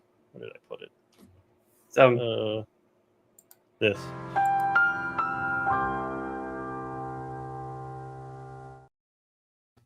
That's the one that's the one that I updated. Yeah, I put that on there, and I was like, "Oh, we got to change that. Maybe NBC might get mad." I used it in my other one, but I just cut it at the end before it went that and put in my own kind of thing. But so, all right. I'm sorry. What else? Just where are we streaming to? Are you streaming tonight? Anybody? I am going to be catching up. You thought about it. Still thinking about it. Yeah. Depends on if I don't get killed here in the next 5 minutes or not. Oh. The wrap it the fuck up look. Yeah. Your wife needs to step in as like our executive producer. 3 hours here, so. Yeah, we've been having some long ones here.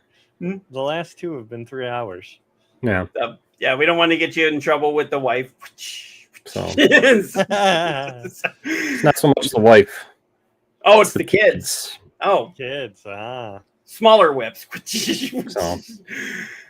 So yeah, my wife's coming in here too. So we'll have to get this wrapped up here. Yeah, you're the only one. Your wife's at work right now, isn't she? Yeah, she's at work right now. But she is watching. Hello, hi, wifey. Hi, wifey. she's lurking around. Was she watching? Yep, this is my wifey who just decided to walk in. I was getting something. So here we go, special guest wifey. There you go. Really? So, all right, yeah, we better wrap this up though. You can catch us on all of our socials. They are right underneath us, and we hope to see you in the next one. We do this every Saturday. Yep, and those guys are playing a fun-looking game with that Shadow Labyrinth. I am still playing Indiana Jones, and I am going to get to the end of that because that is a fun-ass game. That is a fun game too. Yeah, I had a lot of fun in that one, and I completely platted that one and deleted it off my system. I'm done with it. So Nice. So, but yep, and I will be streaming Indiana Jones until I am done with it, and then you've probably seen me kind of messing with the thing here. Now you can't see me, but then I'll be jumping into Life is thanks for Strange. having us. So, with that, everybody have a wonderful rest of your weekend, and we will see you next week. all right, see you later. Bye. Laters. Good night, everybody.